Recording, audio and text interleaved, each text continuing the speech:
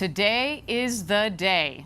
In just 90 minutes from now, Jeff Bezos, his brother Mark Bezos, aviation icon Wally Funk, and our first paying customer, Oliver Damon, will launch to space and back.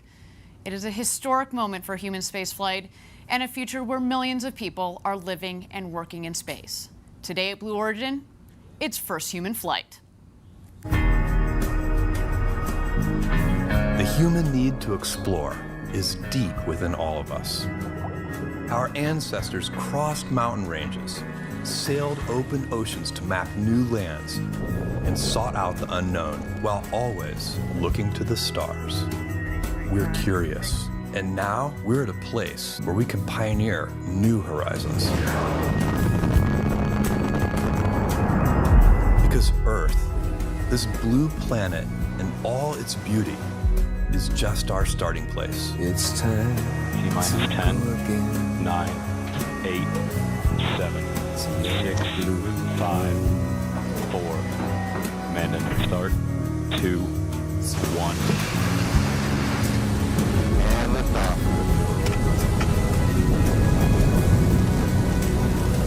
Oh yeah, look at her go. 5,000 feet and climbing. Now is the time to open the promise of space to all and lay the way for generations to come. When our descendants look to the stars, perhaps from a rocky moon or colonies floating in open space, they'll remember this time. When they reflect on where it started, they'll remember this place. And when they honor those first explorers who said, "Let's go," This is Blue Moon. they'll remember these bold steps. We are of Blue Origin. Touchdown. And this is just the beginning.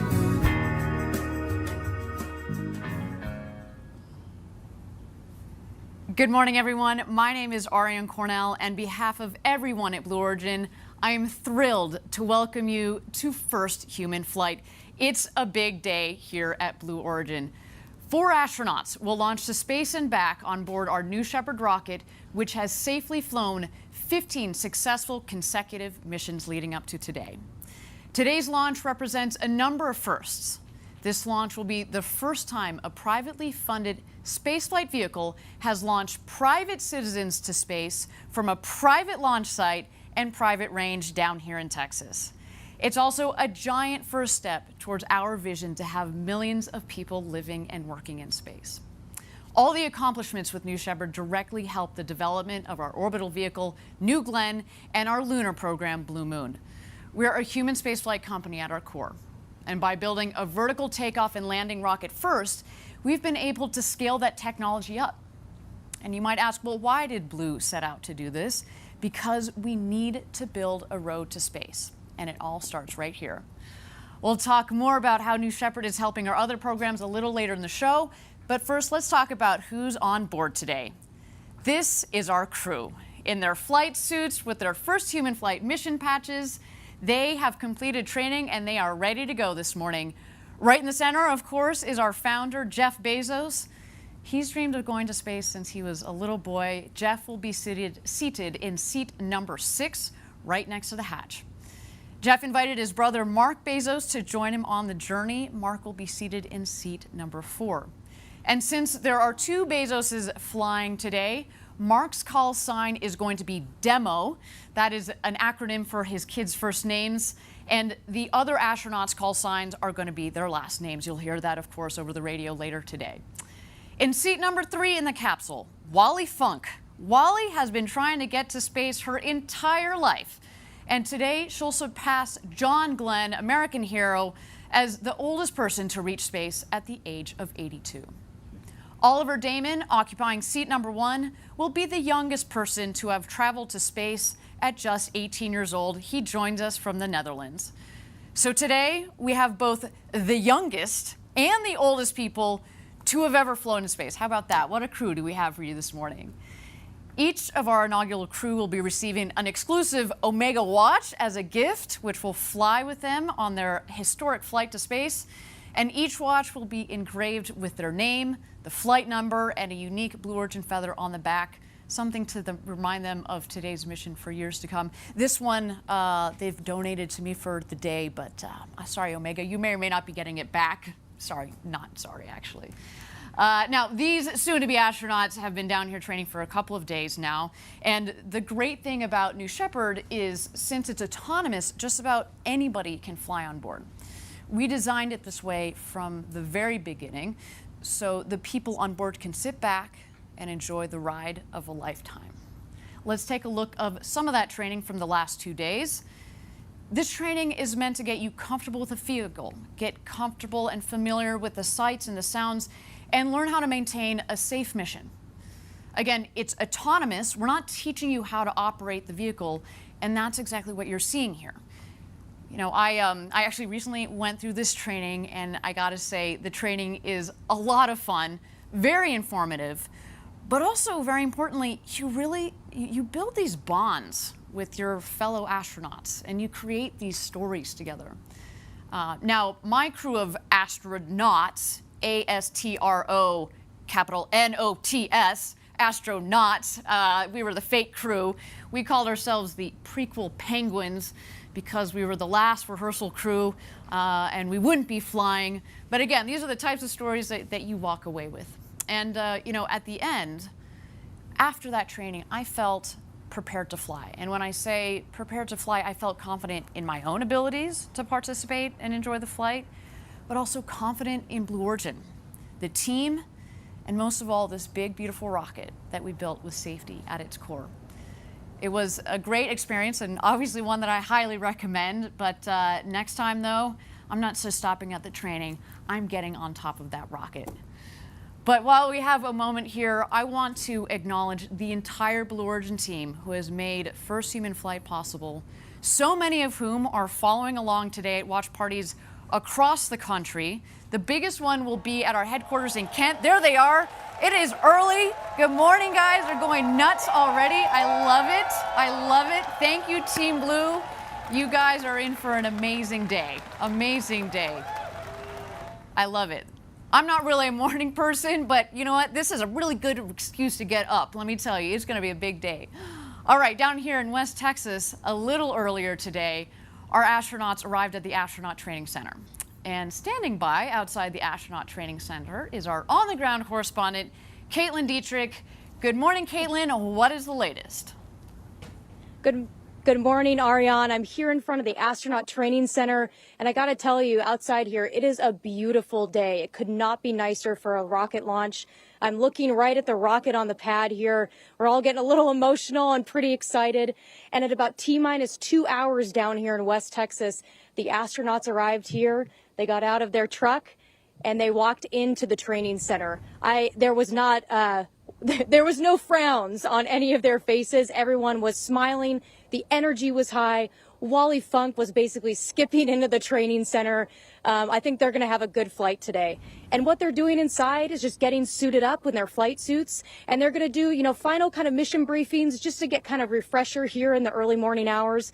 And then at T-minus 45 minutes, when they get the go to load, they'll walk right out this door, get into this Rivian, and be on their way to space.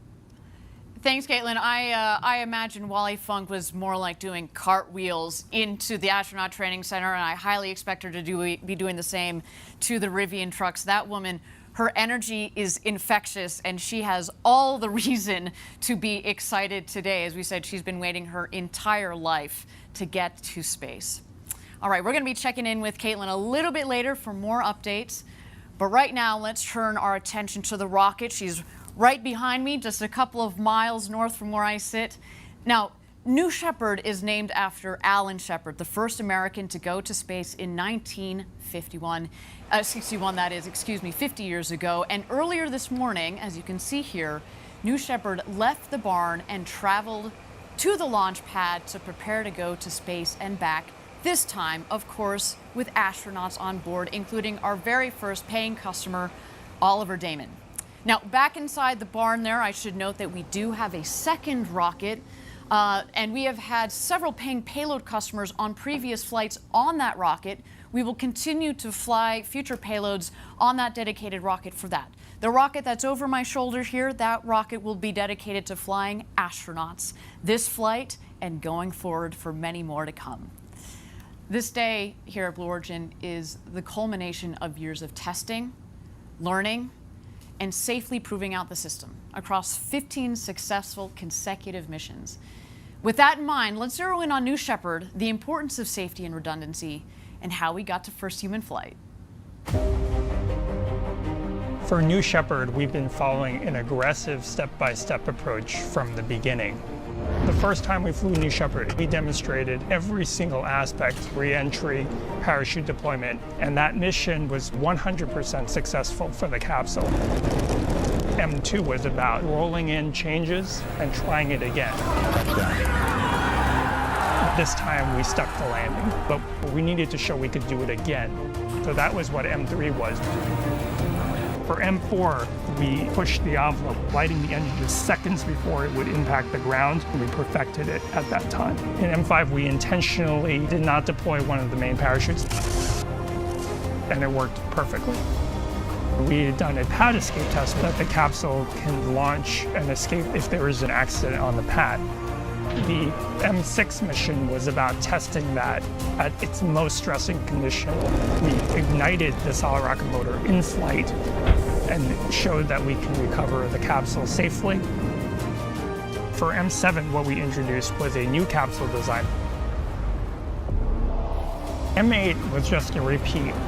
And then the third escape test was to show that we could escape in space. So on M9, the capsule lit off its solid rocket motor and landed safely. M9 and M13, we are flying payload missions for customers, giving us even more and more confidence in the capability of the New Shepard system. 13 was a perfect flight, preparing for the M14 mission, another verification and check. We're ready for first human flight.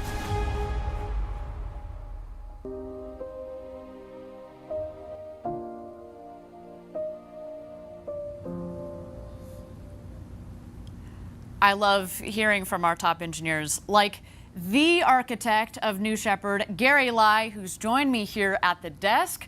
Gary's been at Blue Origin for over 15 years and is part of the amazing team that built New Shepard. Gary, welcome. How's it going? How's your day? Anything going on? You got anything on your schedule? Yeah, I'm a little busy. Oh, okay. Okay, fair enough. Why don't we launch a rocket? What do you say? All right, let's do it. Well, while we got a little bit of time, why don't we get into some of this talk about the step-by-step process that's gotten us to today. So we talk at Blue Origin about our motto, Gradatum Ferociter, step-by-step ferociously in Latin. Talk to us about NS-14 and NS-15, the two prior flights with this same rocket. What happened, and why did we finally come to the conclusion it's time to put people on board? So, Ariane, the last two flights, NS-14 and NS-15, you could think of as full dress rehearsals for what we're about to do today.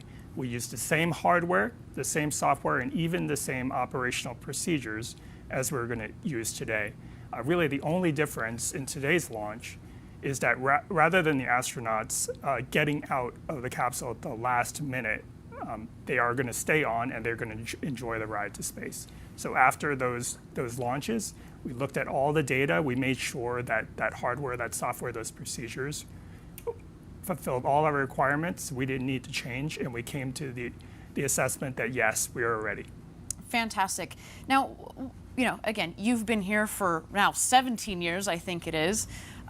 You've been here since the beginning of the program, the original blueprints, the requirement building, all of that. Talk to me about how you guys approach safety and the safety philosophy that you took as you developed and tested and now are flying this rocket. So we believe this vehicle is very safe, and is not just the record of flight test, 15 consecutive successful flight tests.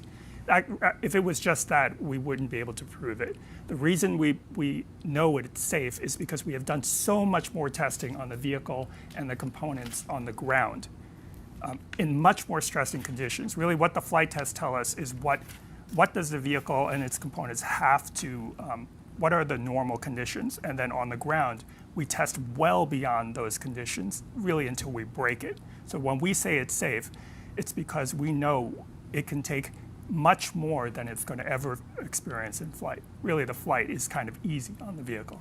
Fantastic. I want to turn our attention for just a moment to the next vehicles in our fleet of programs that we've got going on at Blue Origin, New Glenn and Blue Moon.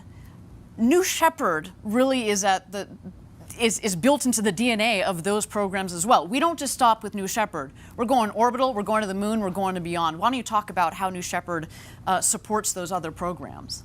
So New Shepard is just a part of the entire story of Blue Origin. Really, if you set out just to make a space tourism suborbital vehicle, you would not have built New Shepard. It would be overly complicated. We selected the architecture of New Shepard so that we could build a vehicle and technologies that would allow us to gain practice and develop those technologies for those other vehicles. For example, vertical powered landing. It's a very complicated way to land a vehicle, but it is very scalable. And if you are going to a place like the moon, you're going to have to do it. You can't land on the moon with wings. Deep throttling engines, you need that to land on other planets, and then also liquid oxygen and liquid hydrogen propellants. They're very high performing, the highest performing propellants they are, and you can also extract them from lunar water. So again, New Shepard, very important part of everything that we're doing here at Blue Origin. Of course, we're going to have an incredible suborbital tourism program. We've got a wonderful payload program with many customers who have already flown, but this is just the beginning of many great things to come at Blue Origin. Now, I want to go back a little bit and talk about, we were talking about safety just a second ago. Talk about redundancy. Backup systems. And in the case of New Shepard, backup systems to the backup systems to the backup systems to the backup systems. What is going on there? Because it goes beyond what meets the eye, right? Absolutely. So every system on the New Shepard vehicle that is needed for safety has one or more backups, many backups in a lot of cases. So let me give you some examples. So we've already talked a lot about the escape system, and that will activate, if in case there's something wrong with the rocket, it will activate and propel the crew away and land safely. We've talked about the parachutes. There are 3 parachutes. We've designed the vehicle to land if only one of those parachutes opens. But that is just a start. Every valve on the vehicle, every mechanism, every battery, every sensor, every wire, every flight computer, everything on the vehicle has a backup, and in some cases, multiple backups. An incredibly redundant vehicle. Last question for you. Would you put your kids on board? We set out to design this vehicle for anybody, not professional astronauts, anybody with very little training. And that is a very hard problem. And yes, we have succeeded, and I would put my own kids on that vehicle. All right. One day, summer vacation in space. Thank you, Gary. Appreciate the insights. I look forward to seeing you back here later on in the show, and we'll get a lot more input from Gary Lai, again, the architect of New Shepard. And with that, let's take a breather, check out New Shepard on the pad as we take closer to first human flight.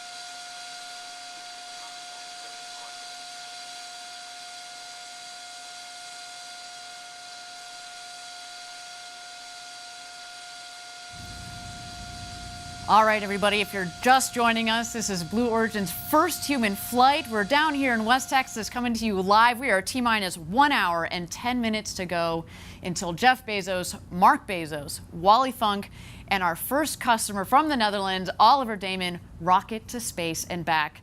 The excitement is palpable down here at Launch Site 1 in West Texas. But I want to keep things moving for you, so why don't we take a closer look at the aforementioned astronauts, the Bezos brothers, Jeff and Mark. You see the Earth from space, and it changes you. It changes your relationship with this planet, with humanity. It's one Earth. I want to go on this flight because it's a thing I've wanted to do all my life. It's an adventure. It's a big deal for me. I invited my brother to come on this first flight because we're closest friends. I really want you to come with me. Would you? Are you serious? I am. I think it would be meaningful. Have my brother there. I wasn't even expecting him to say that he was going to be on the first flight. And then when he asked me to go along, I was just awestruck. Seriously? If you're willing, if you want to. God. Yeah. What a remarkable opportunity, not only to have this adventure, but to be able to do it with my best friend. I love you. I love you too.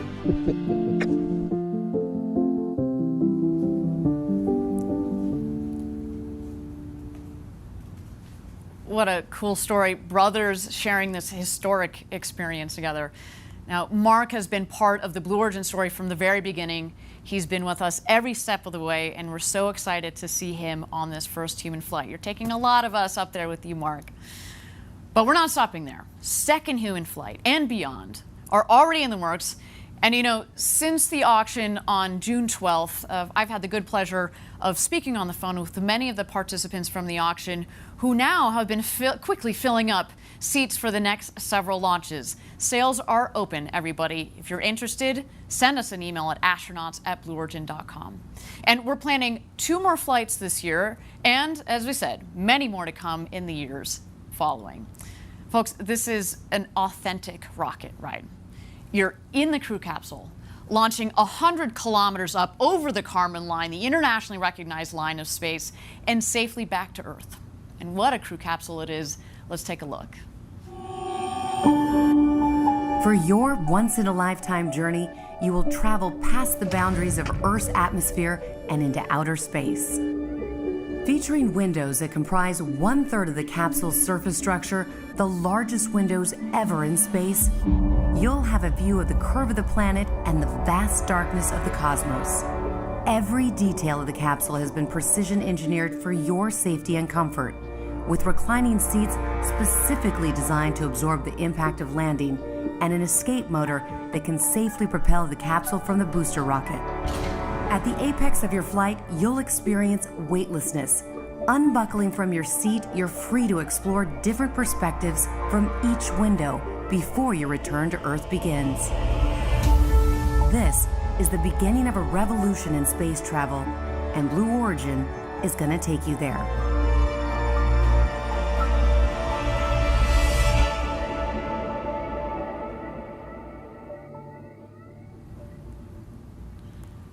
So yeah, our crew capsule is pretty sweet, very spacious. I should note that that crew capsule has 10 times the volume that Alan Shepard had on his flight to space. And of course, you notice those big, beautiful windows in comparison to poor Alan, who just had essentially a little porthole to look out of. Our astronauts today are going to get an amazing view. You know, today, as we mentioned, is just the first of many flights to come on New Shepard for that capsule. And let me tell you, as somebody who was at the recent live auction for the very first seat on today's rocket, people want to fly to space. We had nearly 7,600 people from 159 countries registered to bid. Huge global interest. And it was just incredible to be in the room when the winning bid was called at $28 million. All that money went to Blue Origin's Club for the Future. It was truly a stunning day, for which we are extremely grateful and extremely humbled. Now, for those of you that are less familiar with our Club for the Future, you might ask, what is Club? Club for the Future's mission is to inspire younger generations to pursue career in STEM and to help invent the future of life in space. The club and its collaborators are doing this in many ways, like sending student postcards to space on New Shepard and back, sending them, posted them, flown in space, of course. They've also been establishing space-focused curricula and providing access to space on Blue Origin rockets. And just last week, Blue Origin decided to spread the love. Blue Origin and Club for the Future announced that these 19 nonprofit organizations you see on your screen here will each receive $1 million from the $28 million. Incredible to see all of that money being used to help get the next generation excited about space. Why don't we take a closer look at Club for the Future, what it is, what it's doing, and where it's going. It's my generation's job to build the road to space. so that the future generations can unleash their creativity. And one of the things that we have to do is inspire young people to build the future of life in space. We're from Blue Origin. We are going to be sending some postcards to space. The Club for the Future asks K-12 students to send us postcards with their dreams of the future. Mine says the future is only a tomorrow away, because if we build the future, we have to do it a day at a time. That's really poetic. That's really cool. We're going to send those postcards to space in New Shepard, and then we're going to bring them back and mail them back to you. Let's take a look at some of these. These are fantastic. What a great drawing. It's time to verify. Nice. That's beautiful. I'm interested in space medicine and space exploration, so I have a futuristic city with a rocket launching. Thanks for being members of the Club for the Future.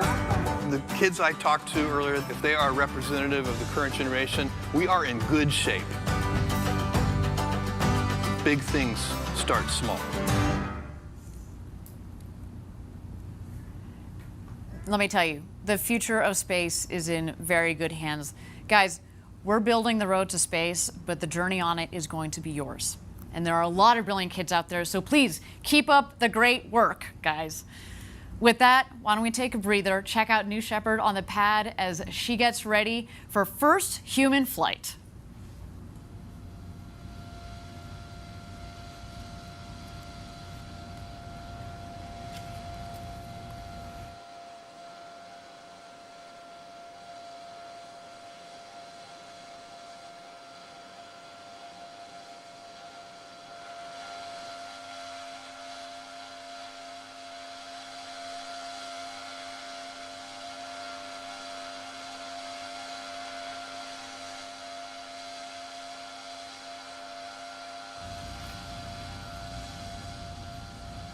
All right, thank you again, everybody, for joining us live from West Texas. We're here at just 1 hour and 2 minutes to go until launch. We are quickly approaching our first live glimpse of today's astronauts. They're going through their final preparations with crew member 7 before exiting the training center and heading out to the launch pad in their Rivian trucks. And now, crew member 7 is a role that gets its name from the New Shepard program. Though today's flight features 4 astronauts, future flights will take use of all 6 seats in the crew capsule. And crew member 7 is just that, the 7th member of each astronaut crew. Now, it's a 2-person role, and here's some footage, in fact, of Kevin Sprague and Sarah Knights, our current crew member 7s. We'll have that for you in a second here. So Sarah and Kevin don't go to space themselves, but they're critical team members that stay with the crew every step of the way, including as voice of mission control to the astronauts during the flight. So it's basically like they're in the capsule with our crew. And you're going to hear on today's flight Sarah as Capcom, or capsule communicator. And as I mentioned earlier, I've gone through astronaut experience training, and I can tell you the crew member 7 roles are essential.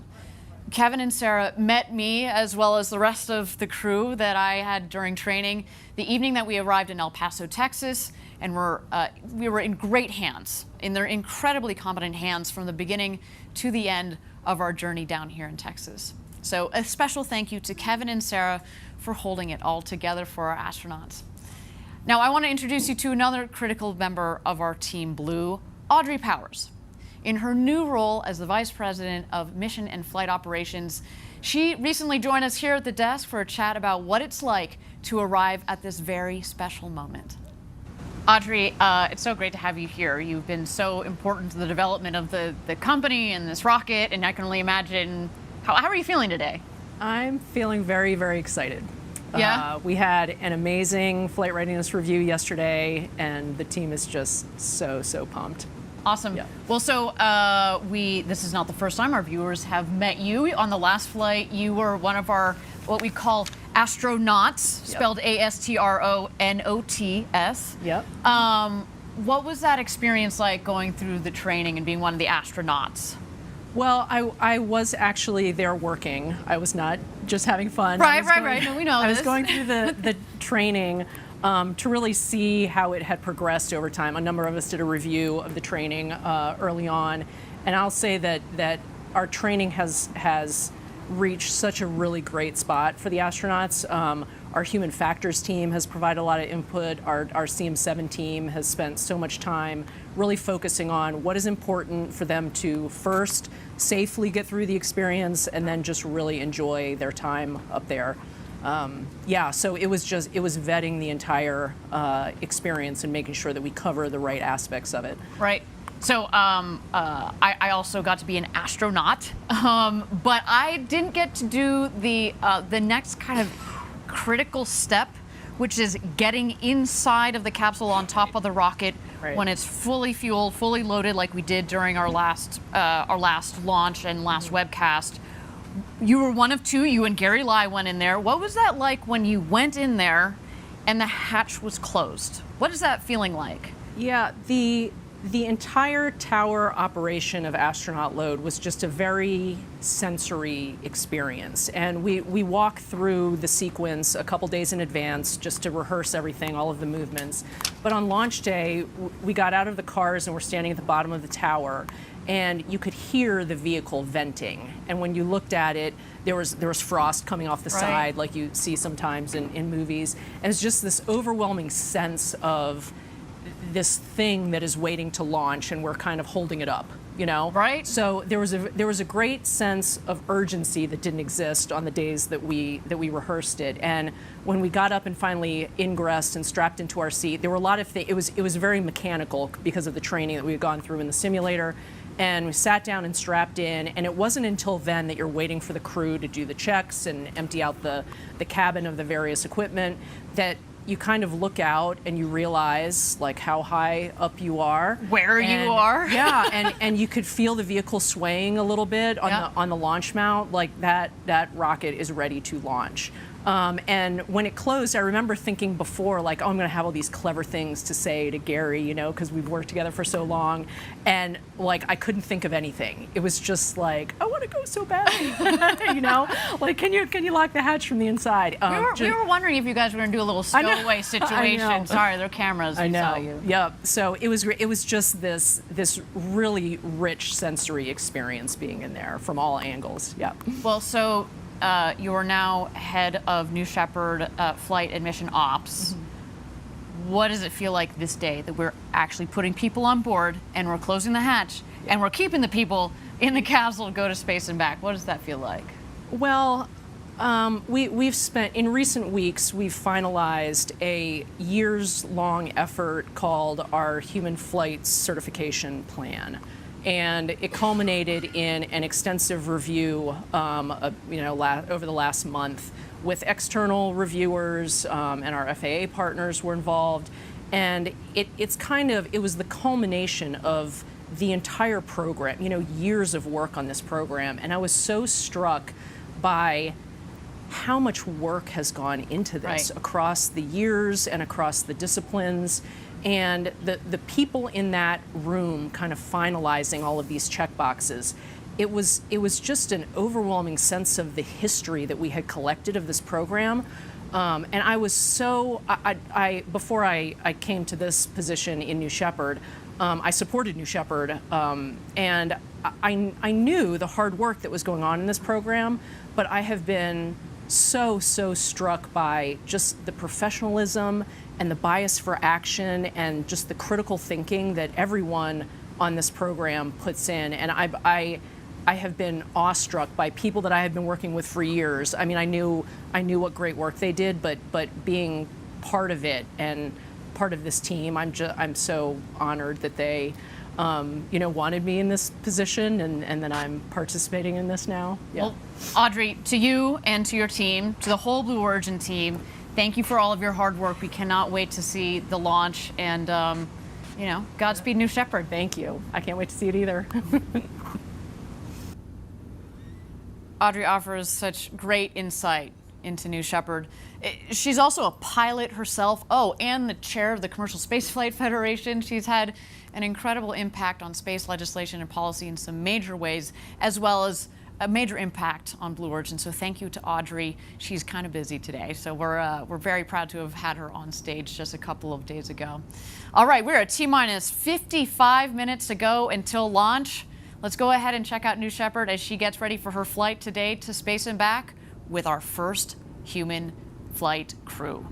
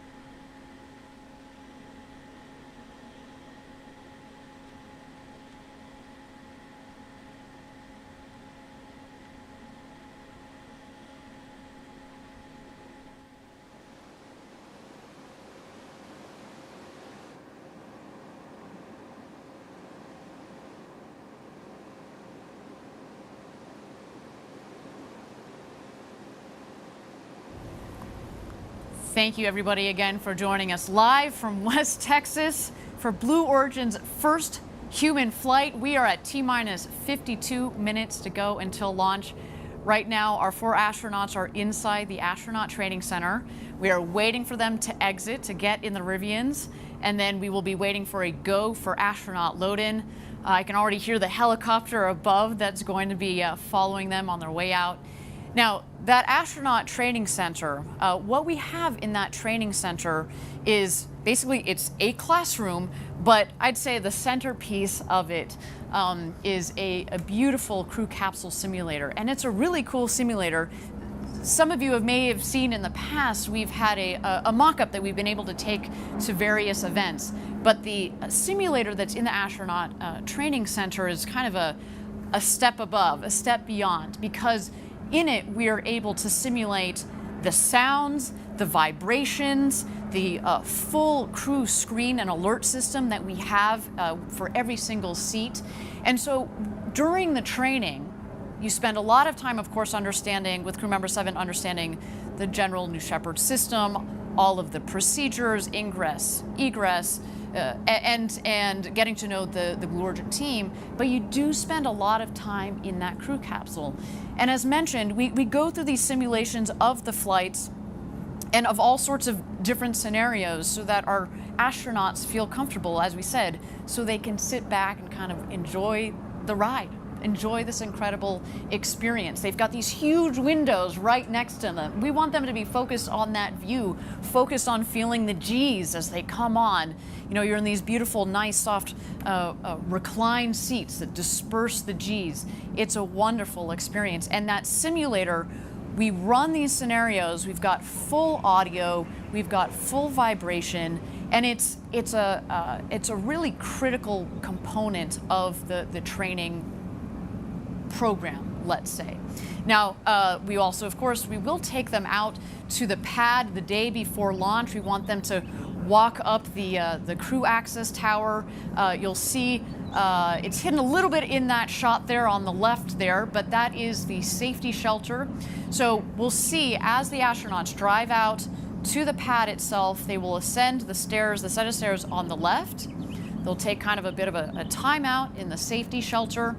The crew member 7, Kevin Sproul, will go out to the across the bridge there to the tower that's in the center of your screen. He will be working with the tower crew there, make sure everything is set and sorted to go for our astronauts.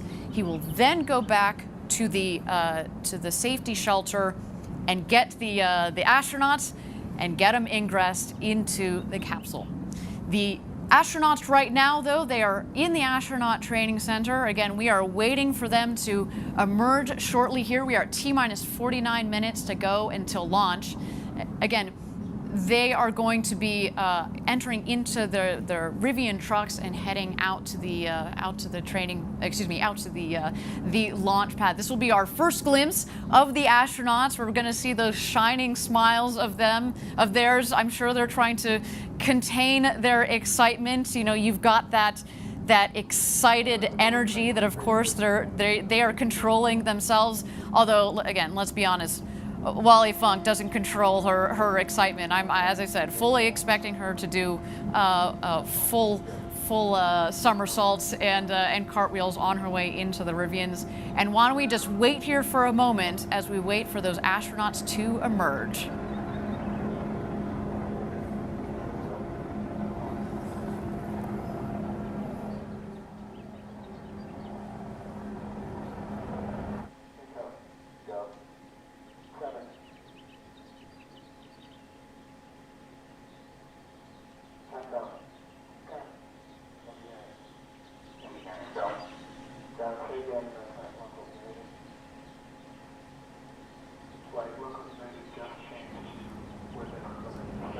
Thank you again, everybody, for joining us live for New Shepard's first human flight. We are waiting for our astronauts to emerge from the astronaut training center.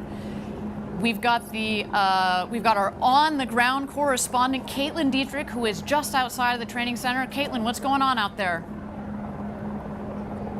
So you can really feel the energy start to build now. We've just heard that everything's continuing nominally towards launch. The countdown is moving forward. We've got our helicopters in the air waiting to capture our astronauts as they take their Rivians to the launch pad. The sun's coming up. It's a beautiful morning. Our teams are going to be standing on the road, hooting and hollering as the astronauts drive by on their way to the tower. And I'm starting to get goosebumps over here, and it's a little bit emotional. But we'll be back in just a couple minutes, and we'll watch these Astros as they head out into their truck and on their way to space. Fantastic. Thanks, Caitlin. We'll send it back to Caitlin in a moment here as we wait for those astronauts to emerge from the astronaut training center. You know, I'll tell you, the last thing that they do before they exit the training center is there's this special coin ceremony. It's a challenge coin that's given to each one of the astronauts for them to take in their suit up to space and back. It's a military tradition, but it really makes you feel like you are part of a team. And what a team to be part of. What a crew to be part of. Only New Shepards astronauts are going to be able to get these coins. You only get the coin if you get to go up to space and back. And these astronauts, again, have completed their training, and they are ready to become the next set of international astronauts. So again, we're waiting here for just a moment while we wait for the astronauts to emerge from the astronaut training center. We are at T-minus 46 minutes to go until launch.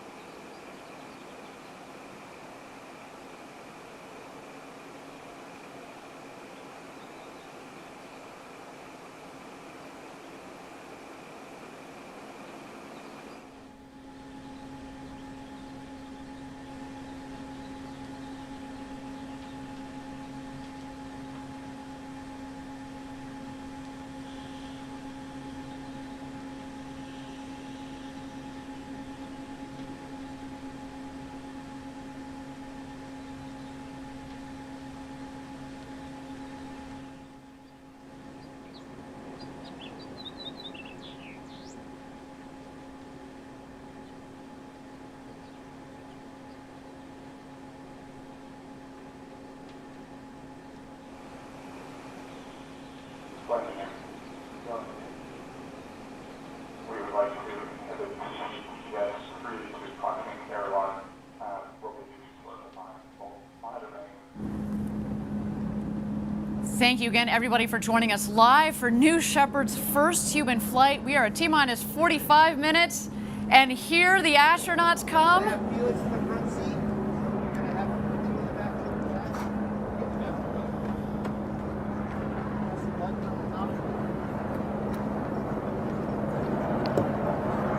There you see Jeff Bezos in the foreground, Oliver Damon stepping into the Rivian. Crew member 7, Kevin Sprague, there on the right, as well as Wally Funk. What a moment for her.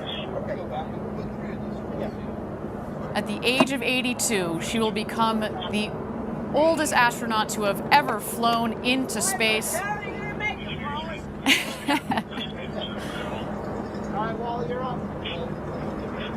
And there she is, loading into the Rivian.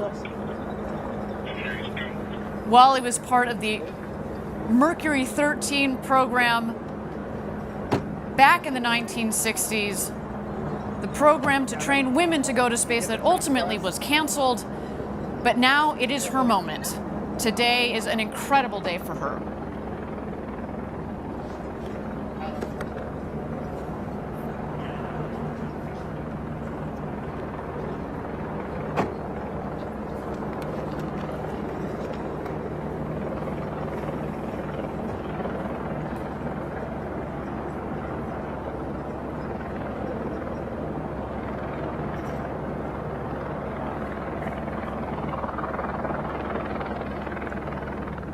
All right, now we're going to be waiting for mission control to get a go for astronaut load out to the pad.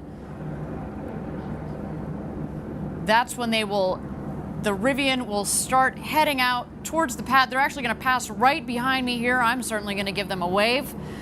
They then will pass mission control, get some last-minute love from our team there, as well as their families.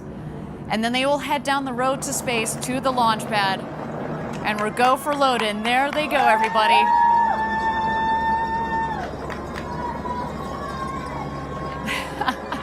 What a moment. You can probably hear our team already losing it down here. We are super excited. And there they are. High fives from everybody. What an incredible moment. They're coming over here just behind my right shoulder.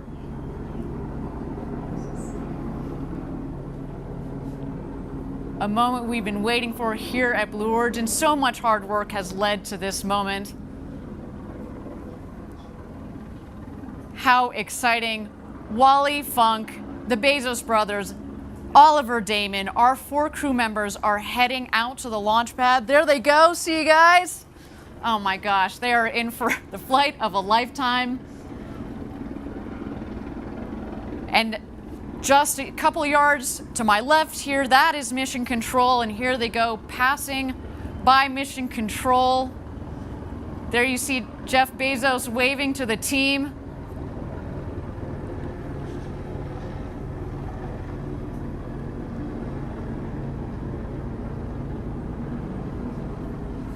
They're going to hang a left there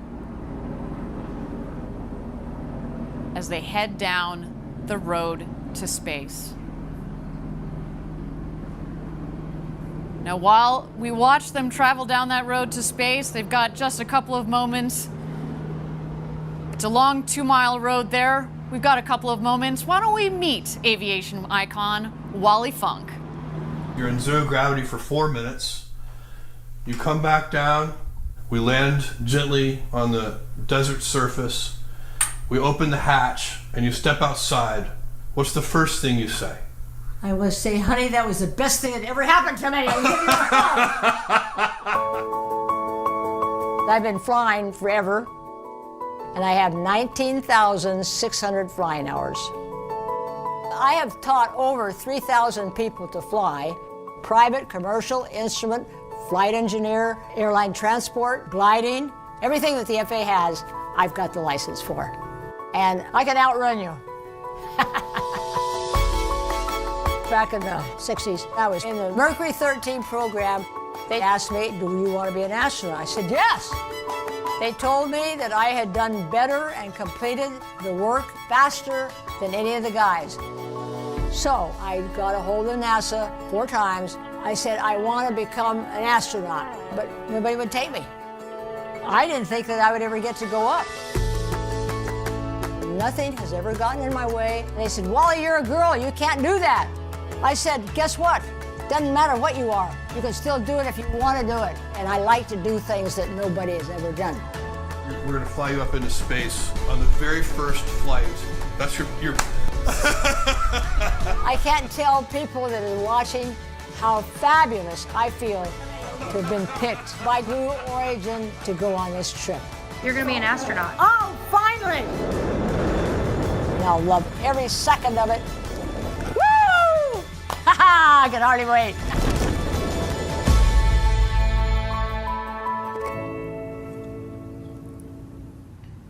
We are just so thrilled and frankly honored to help Wally Funk finally realize her dream of going to space. Now, recently I was lucky enough to spend a couple of moments with her right here at the desk. Why don't we take a look? Wally, it is a pleasure to meet you. As a fellow pilot, you are an inspiration, so thank you. You don't know how great it is to meet you, that you are a pilot. I want you to go fly more in that glider and jumping. Oh, well, that's great. And hopefully follow in your footsteps and go on New Shepard one day. Absolutely. Oh, I mean, yes. So, Wally, you've waited a while to go to space. A silly question, but are you excited? No, not at all. Of course. Since I got on the airplane and I got to fly the airplane and get here and meet all of you, this is so fantastic. What do you, so on launch day, what do you think is going to be the most exciting thing? What are you looking forward to the most? Lift off, climb, undo, and be able to move around in the, if there's room. I want to do a lot of stuff because I've done that in other situations. And you were just telling me a second ago, you're going to take your camera up there and you've got a postcard that you're going to take a photo with. That is what's going to be on the window when I go up, and then I'm going to take a picture of it with the Earth behind me. That's such a beautiful photo of you and the American flag back there in your flight suit, and that's going to be a spectacular photo. So, you know, this is probably, I imagine, your first time down here in West Texas at our launch site? Absolutely. What do you think? No, I used to be in Texas and teach. I think everything's fantastic. I mean, I've been treated so well, and the food is so great. I can't believe it's coming from, I don't know, California. Right, right. And you're lucky to be here with all these friends and the people and see what's going on. Absolutely. Well, so, Wally, as I said, you've been an inspiration to me. What would you say to the next generation of young people that are out there that want to go to space? Well, I've talked to young people all my life. How many of you girls and boys want to fly? Well, not many raise their hands. I said, well, I tell you what, get your parents to take you out and give you a flight. Right. That's what my parents did at 7 years old. And if you like it, you'll continue on. And if you don't, you might continue on because something's going to be in your heart that's going to want you to do that. I cannot wait to see you go to space. Thank you for being with us. It's a pleasure to have you. Thank you. Thank you, honey. So yes, as you just saw, Wally Funk is the real deal. I was doing my best to contain my fangirl moment there because she, again, is an inspiration to so many people around the world, and myself included. We see here that the astronauts are starting to ascend the crew tower. There's Wally waving. She's leading the crew. Gary, welcome back. It's good to have you back here at the desk to get you to help with the play-by-play here. We just saw a moment ago that they drove around the ring road, stopped, took a photo because, of course, you know, we're memorializing this moment as best we can for these astronauts. They so deserve it. So going up the tower, we've got Wally, then it looks like Jeff Bezos, his brother Mark, and Oliver Damon. that are heading up to their rocket. Now, while we have a moment here, I do understand that Caitlin Dietrich is standing by at Mission Control. What's going on outside Mission Control, Caitlin? Hey guys, Caitlin here. I'm with Jarrett Jones, the head of our New Glenn program here. Jarrett, how are you feeling today watching the launch here from Mission Control? Excited, awesome. This is amazing. It's just incredible. You could only dream about this day. And you know what, Caitlin? It's not lost on me and probably many of the viewers that today is like July the 20th, the day Neil Armstrong, who also graduated from my alma mater, Boiler Up, stepped on the moon and made history. And we're doing it at New Shepard and Blue Origin, doing our first human launch, and it's just amazing. And the reason I'm excited but also focused is that there's quite a bit of technology transfer from New Shepard to New Glenn. Everything from the BE-3 engine with the LOX and the hydrogen all the way down to our landing gear. I mean, this is an exciting day for us, and I'm just excited. I don't want to take the spotlight away. It's about New Shepard. And I'm just very proud of this team and then Blue Origin as a whole. I mean, just amazing day, Caitlin. Well, we like to say that New Shepard is basically the second stage of New Glenn. So you're kind of seeing the second stage fly here today. Absolutely, absolutely. New Shepard was built and designed for scalability, and we took advantage of it in New Glenn. So it's amazing feat that we're doing, and just proud to be here. Just glad to be here, Caitlin. So smart. It's the epitome of our step-by-step approach, as you hear us say. And I want to pan back to Mission Control. We've got a lot of our team here on the porch here. Hey, guys!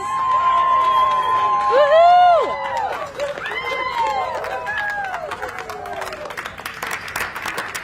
We are so excited. We saw the astronauts fly by here just a second ago. And right in that room is some of the world's most brilliant engineers flying this rocket today. And I don't know about you, but I'm starting to get a little bit emotional. So back to you, Ariane, and we'll see you after launch. Woohoo! Woohoo! Thank you, Caitlin. Enjoy the launch. Jarrett Jones, enjoy the launch. Everybody out there outside of Mission Control, as well as in Mission Control, enjoy the launch. You know, Gary, we talked about it a little bit earlier. Caitlin touched on it just a second ago, how basically New Shepard is being scaled up to New Glenn. Tell me how you've thought about that, because you're part of, obviously, New Shepard, the architect of New Shepard, but you've been part of thinking about the broader roadmap, if you will, that Blue Origin has. That's right. New Glenn is a scaled-up version of New Shepard. It does use different main propulsion for the first stage, but the second stage of New Glenn, that engine is a derivative of the BE-3 engine that's flying New Shepard today.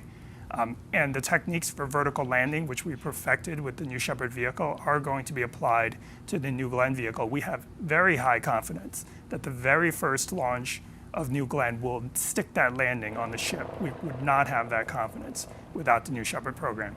Absolutely, absolutely. And Jarrett Jones, again, who leads that entire New Glenn program, he has a big job, but he's gotten a lot of help. He's kind of gotten this catapulted help from the development and now the operations and flight of New Shepard. I should note that New Glenn will also carry humans one day. We build all of our programs from the very beginning with the intent to put people on board. And talking about astronauts and people, we just saw them enter into the astronaut safety shelter. I would like to highlight one thing, which is, Wally was saying that she could outrun you. She was the first up those stairs and first in the astronaut shelter. So no lie, that Wally Funk, she's got quite a bit of energy. You know, she's 82, but I'm convinced every time I read that it's a typo, that she's actually 28, because again, that woman. All right. Gary, why don't you tell us a little bit about what's happening in the shelter? Because we should remind our viewers that on the last flight that we had, we basically did a full-up rehearsal of what we're doing right now. You were part of that astronaut crew that we had. What happens in the shelter? So the shelter has two main functions. It's a shelter in case of some kind of emergency. If they need to evacuate the capsule very quickly, they can go across the bridge only about 75 feet and be in this shelter very fast. It is fireproof. It can handle a whole set of anomalies that might happen with the rocket. You see those blue tanks against the wall? The shelter has its own air breathing supply in case of a fire outside. It also has communications, they can talk directly to Capcom from there. Right now, they are just waiting for the go-ahead from the pad crew that is preparing the capsule to start astronaut load. Fantastic. And you see there in the foreground in the black suit, that is Kevin Sprague, our crew member 7, as well as Wally Funk seated on the left, soon to become the oldest person to have ever flown in space. Then, going clockwise here, Oliver Damon, soon to be the youngest person to have ever flown in space at the age of 18. He comes to us from the Netherlands. A special shout out to our international viewers, especially those in the Netherlands. Hello, everybody. You should be very proud of your countrymen there. Then we have, of course, Mark Bezos, brother to Jeff Bezos, our founder, in the cowboy hat. He is a true Texan at heart. You know, we call it the ranch down here. We like to incorporate that into a lot of what we do and the spirit that we have down here at our launch site 1. All right, they are leaving the astronaut safety shelter here. Let's watch as they prepare to cross the bridge.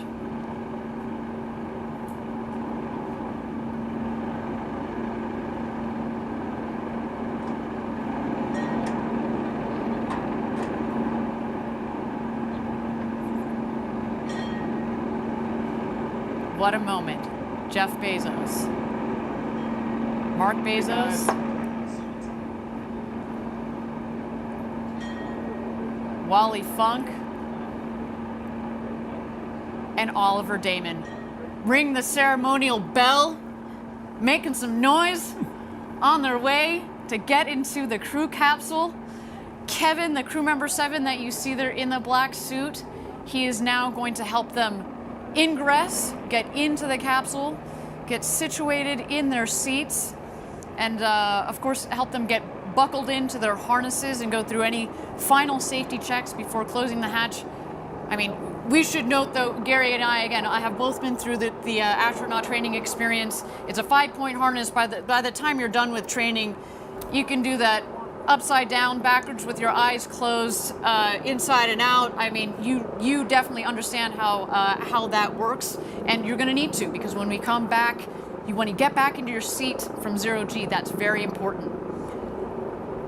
Let's watch here as they cross the gantry, taking some final photos. We've got our photographer there, Felix Kunz,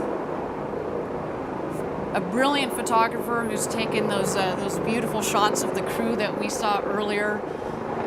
And there they go, into the crew capsule. Gary, do you want to talk about the hosing and the piping that you see going into the hatch? So that is just a cabin environmental control system. While it's on the pad, before we seal the hatch, we want to make sure the air is fresh and air conditioned in there. That hose will be removed, obviously, during hatch closure.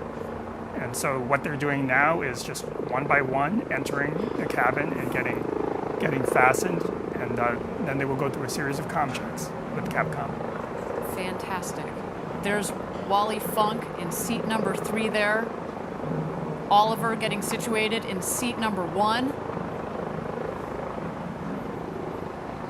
I'm starting to shake a little bit. Not only, again, have we practiced this, and not only on the last flight did we have a full astronaut rehearsal like this, but it's different. We've done, again, 15 consecutive missions to get to this point.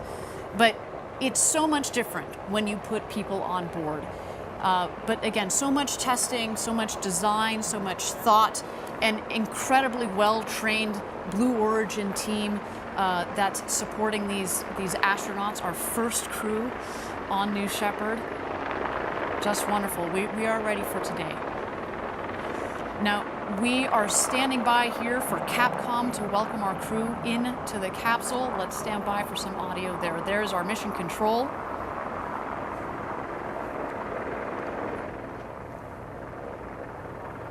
And Sarah Knights.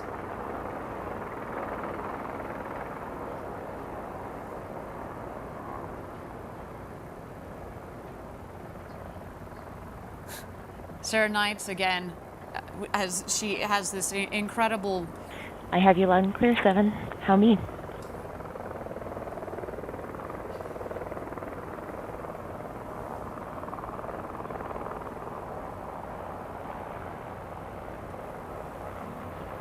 That's Kevin. Kevin will help you out. Here it comes, Wally. I can see it's jammed in there. Don't keep pulling on it. Don't get it.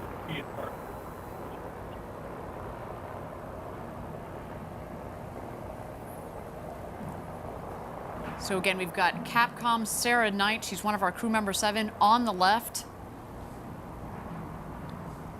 Our 4 astronauts are loaded into the capsule.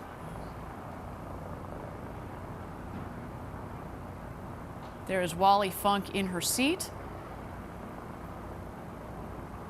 as well as Mission Control. Talk about locked and loaded. This team is really, I mean, you've been in Mission Control during these launches. What is that like? So at this point in the procedure, everybody is incredibly focused. They're true professionals. They are looking at the data, following procedures. There's really no distraction. You can hear a pin drop in that room unless they're working an issue. And as you saw in that picture, we run a very, very tight ship here at Blue Origin and on the New Shepard program. That picture of the front room of Mission Control, that is all the people that are operating the rocket at this point, in terms of pushing the buttons to make things happen, in addition to the pad crew. There you see, we've got crew member 7 that is making sure Wally's harnesses are all tight and snug there. You know, to your point about crew, Gary, I mean, we talk about designing an autonomous vehicle that launches and lands and we reuse, but we've built also the operations to also complement that, to lower the cost of accessing to space, because that's at the heart of building this road to space. So we've built it so that it's an efficient vehicle, efficient operations. Absolutely. So in addition to that front room, which is really just a half a dozen people and some backups to relieve them in case they need a break, there is an engineering back room right behind that room. It's the size of a small conference room, really, and it consists of engineers that are there just in case there's an anomaly that needs investigation. But you can actually see it through those back windows. That's it. That is all that is needed to launch New Shepard. We have some support staff on call in Washington State in case of an anomaly, but for the most part, that's it. And we architected it that way. So look, we got catch. You say catch Wally. She was waving at you, Gary. Oh, and is that? I think that's the postcard that she promised everybody she was going to be bringing up to space with her. So not only is the crew ready, but we got the props ready. We've got the photo shoot all set up. But getting back to the crew and crew operations that we've set up, as you said, lean and mean, but also, we talked about it earlier, in addition to the safety and critical to safety are redundant systems, backup systems, backup to the backup. And, we were talking about the team that we have back in Kent. So that is part of it. It's not just in, let's say the mechanical systems, the engineering that goes into the capsule, but from an operational standpoint, we've built that in from the very beginning. Some beautiful shots there of the capsule. So the window with the white square there, that is Wally Funk. To the left, that is Mark Bezos, Jeff Bezos' brother. And in fact, to the left of him, a little harder to see off of that other window, that will be Jeff Bezos. And Oliver Damon on the other side of the hatch, he's also harnessed in, ready to go to space, ready to become the youngest person to have ever flown in space. Again, he comes from the Netherlands. So beautiful. Again, as we talked about at Blue Origin, we really want to open up this experience to the world, and it's so wonderful that he is not just representing the next generation, but also more flags as we fly to space. Standing by here from Capcom. New Shepard, this is Blue Origin Mission Control. Good morning, astronauts, and welcome aboard the RSS First Step. Let's get things started with a comm check. Astronaut Oliver, how do you read? Blue Control, astronaut Oliver, loud and clear. Copy. Astronaut Wally, how do you read me? Wally, push the button and answer. Push the button until you can hear good. Oh, boy, loud and clear. Copy, Astronaut Wally. Astronaut demo. Blue Control, this is Astronaut Demo. I have you loud and clear. Copy. Astronaut Bezos. Blue Control, Bezos. I read you loud and clear. Thanks for everything, Sarah. We appreciate it. It's my honor and my pleasure. All right, astronauts, we are at T-minus 21 minutes and counting. As we proceed, I'll keep you updated. For now, just sit back and relax. Fantastic, and there you heard it. All 4 astronauts are ready to go to space. They just had a quick comms check with Sarah Knight on Capcom, one of our crew member 7 there. You heard all 4 astronauts are jazzed. You know, Wally there was, I'm sure she's a bit distracted again. We've said this before. She has waited over 60 years from the days that she was part of the Mercury 13 program to go to space. That program to get women into space was canceled. But you know what? She is canceled no more, everybody. She is going to space. Such an honor to be able to help her realize this dream of going to space after so long. What a moment, what a woman that that really personifies perseverance and pushing through it. All right, and here we go. We are closing the hatch. Gary, do you want to talk a little about what happens when you close the hatch? Obviously, it's a pressurized vehicle. What does that mean with regards to closing the hatch there? So the hatch has a double seal on it. There are 2 sets of seals. So what they're going to do when they close the hatch to make sure it is properly sealed is they're actually going to pull a vacuum in between both of those seals and make sure that vacuum doesn't decay. And that checks the integrity of both seals. Fantastic. Now, I understand that we've got Caitlin Dietrich again on the ground. We've got an update from her. Caitlin, what's going on? She's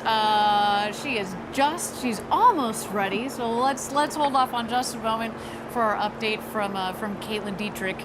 In the meantime, let's watch here as the tower crew continues to close the hatch, make sure that the pressure seals are all ready to go. There we see Mark Bezos giving the thumbs up. There's Jeff in the background waving. What an experience to do with your siblings, your best friend. What a day for this 4 crew. Gary, we mentioned again that you have gone through the astronaut experience. You went through it. Actually, here we go. I think we've got Caitlin. Just a moment, Gary. Hold that thought. Caitlin, what's going on out there at Mission Control? Hey everyone, so basically we've actually left Mission Control, the porch, and now we're at what we call Fallback 3. It's on basically the entrance to the road to space. And right here is where the astronauts drove by. They went all the way to the tower. You can probably see it there in the very distance. Here we just closed the hatch and everything's looking nominal. And basically what's going to happen is once the capsule is under parachutes, we have a convoy here right behind us that's going to be racing out to get that hatch open and celebrate after their victorious flight to space. So that's what we're all preparing for here after their 11-minute flight. So we're pretty excited. Wonderful. Thank you so much, Caitlin, for that update. Gary, so you, as we were just closing out that question, so on the last one, you actually were in the capsule, right? You and Audrey Powers, who we talked to a little bit earlier in the show, were in the capsule when they closed the hatch. What does it feel like at this moment? It's actually quite tranquil. After the excitement and all the helicopters and ingressing and that adrenaline, you have a moment in the capsule now to reflect when the hatch is closed. It's actually pretty quiet. You've got hearing protection in just in case. You can still hear Capcom, but you have a moment to reflect. The fact that you're seated, reclined in a seat next to a window, directly next to a window that is so big, you can just turn your head and feel like you're floating right on the edge of the rocket. And then we've designed it that way so that when you are actually in space, you don't have to turn your head. You can look right out and have the sensation of actually being outside. And it also kind of adds to the voluminous feel of the capsule. We said earlier it's 10 times the volume that Alan Shepard had on his flight, but but it is big, and the windows make it look big. That light acoustic padding make it look big, and then once you're floating up there in space over the Kármán line in 0G, it kind of adds a third dimension to it. Yes, we wanted that spaciousness. We wanted that sensation of floating. Really, if we were able to do it, we would have made the entire capsule transparent. That is kind of a cool idea. Is that for the next iteration? You working on that? Is that in secret? All right, we're not going to release that information on our webcast, but stay tuned, everybody.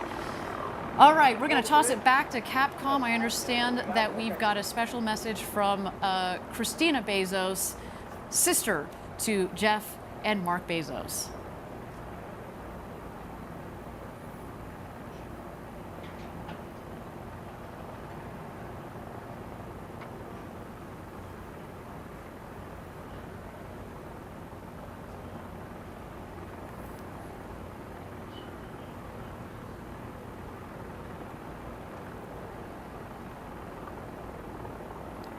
First up, Blue Control. On that note, Jeff and Mark, I have a special message from your sister Christina. Steve and I are so excited for this monumental launch. Jeff, this is something you've dreamed of your whole life, and your passion for space is infectious. Mark, you're the best champion when it comes to encouraging us in our adventures. As you buckle in, I'm reminded of when Jeff was Captain Kirk, Mark, you were Sulu, and I took the role of Lieutenant Uhura. We would battle Klingons while firing torpedoes, all the while dodging in and out of traffic and praying that we make it to our destination safely. Mark, be prepared to fire those torpedoes if ordered to do so. Now hurry up and get your asses back down here so I can give you a huge hug. We love you, and Godspeed, New Shepard.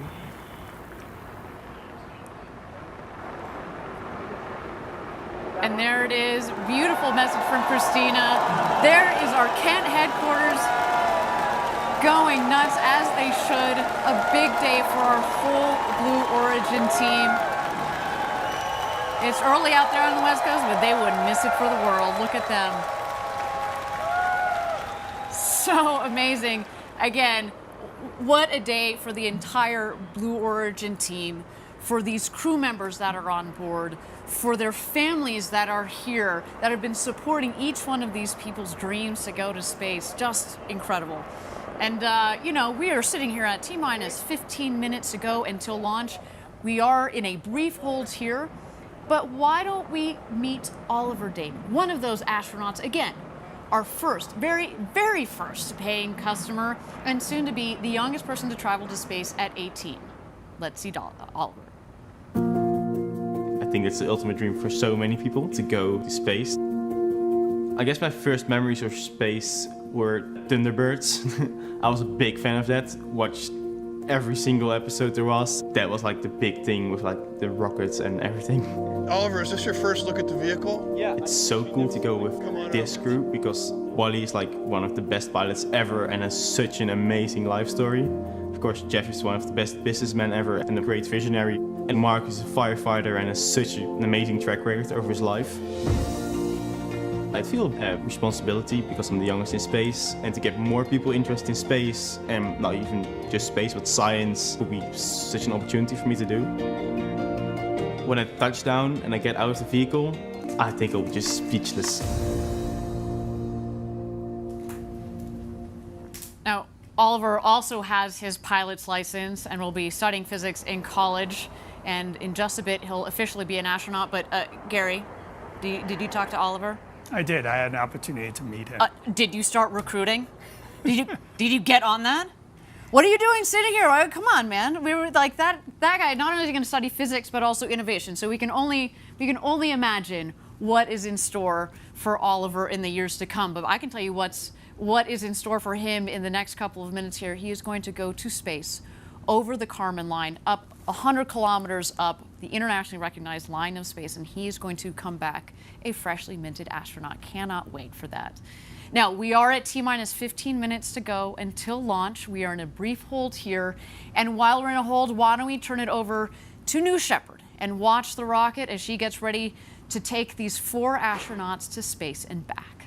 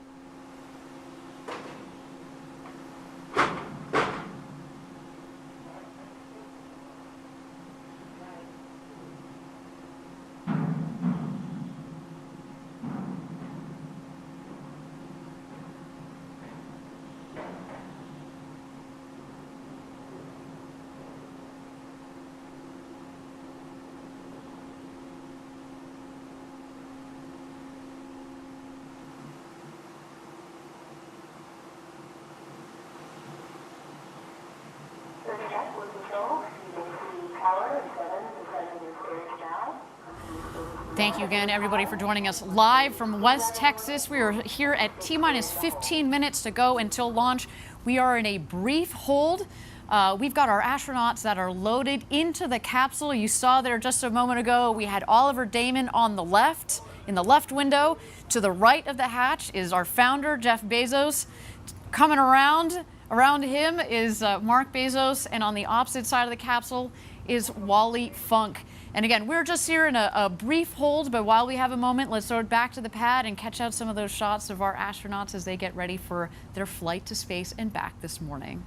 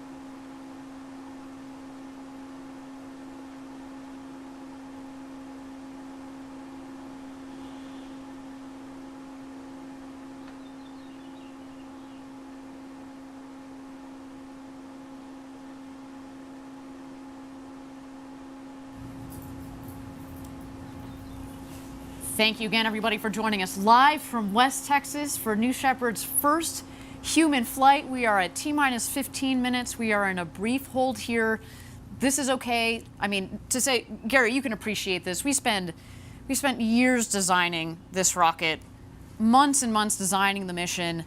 And if we need to take a couple of minutes more to make sure that the team is aligned, that we're all set and sorted, that our astronauts are happy, that the weather both on the ground and up aloft is within green zones, then we're going to do that. How do you guys think about holds when you're in mission control? What is happening right now? There's really two kinds of holds. There might be a hold while they investigate an anomaly, and very often that is not the case, though. There are sometimes holds just to catch up in the timeline.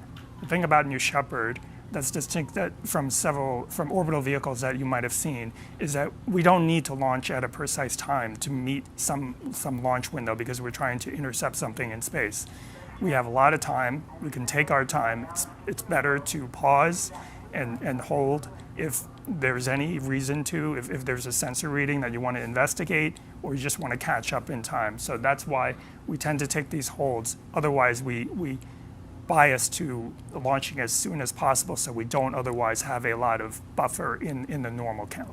Absolutely. So again, well, actually, now I understand the hold is lifted. Yeah. So it sounds like that we have gotten the timelines all aligned, our teams are all sorted, and we are continuing our countdown. While we have a moment here, again, let's throw it back to the pad, check out our astronauts in the capsule as they get ready for their launch to space and back this morning.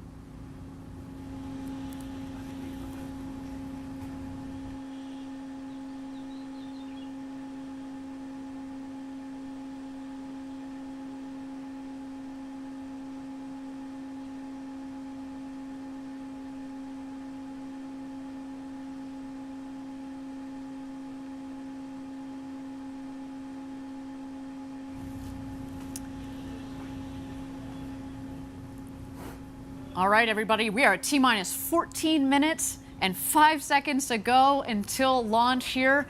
Got goosebumps going already. Again, the adrenaline is building and the energy is building up here as the clock ticks down. And while our astronauts and our teams are going through the final checks with our crew member 7 and the launch team, let's talk about seeing Earth from space and how it changes you. And we're very fortunate here at Blue Origin to have several NASA astronauts that are working with us, and they've logged hundreds of hours in space, and they offer a keen perspective on what our first human flight astronauts are just minutes away from experiencing. I find it's very interesting that people can look at a picture of Earth taken by an astronaut, but they don't get that change inside that actually being there in space gives you. It is one of those things that you kind of have to do. The perspective from space is a really fantastic one. You can see things that you never thought you'd see from Earth. It really can't help but change your life. It changes your perspective. Having that kind of an experience makes you feel smaller. You really do come back with a sense that the Earth is a closed environment. Everything we have here to eat, breathe, drink, it's all traveling together. And looking at the blackness of space and looking at the surface of the Earth and seeing that almost nothing separates those two. All of humankind is on this one small rock, protected by this thin, fragile little layer of air. It makes you realize that the planet is, in fact, a giant spaceship traveling through space that's home to 7 billion of us. And I think every astronaut who goes to space is changed by it in some way. They've actually documented a change in core values in almost all astronauts from before the flight to after the flight. And as millions and millions of people begin to get this experience, I think the knowledge on Earth and a different understanding about our planet will gradually occur. The experience of something that changes who you are on the inside, it's very powerful. It is so memorable and so unique that people walk away speechless.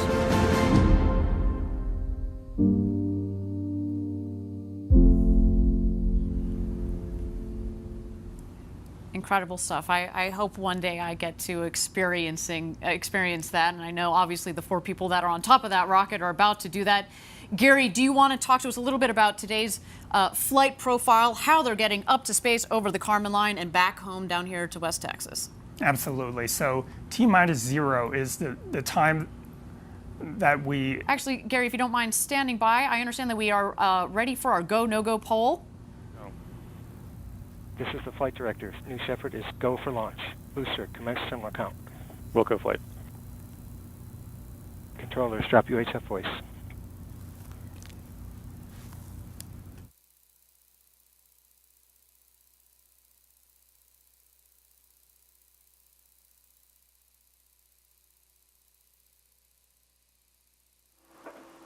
Enabling onboard power.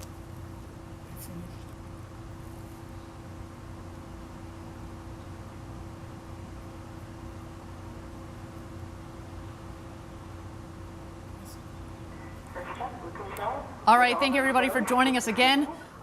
Sorry about that. So we got so caught up in the flight profile and the perspectives from our NASA astronauts.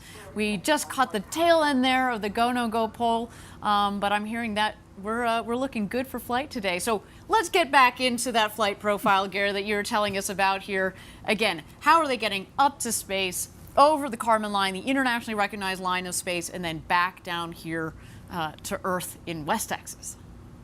Okay, so T-0 is actually not the point of liftoff. It's when we send the command to start the engine. It lifts off about 7 seconds later.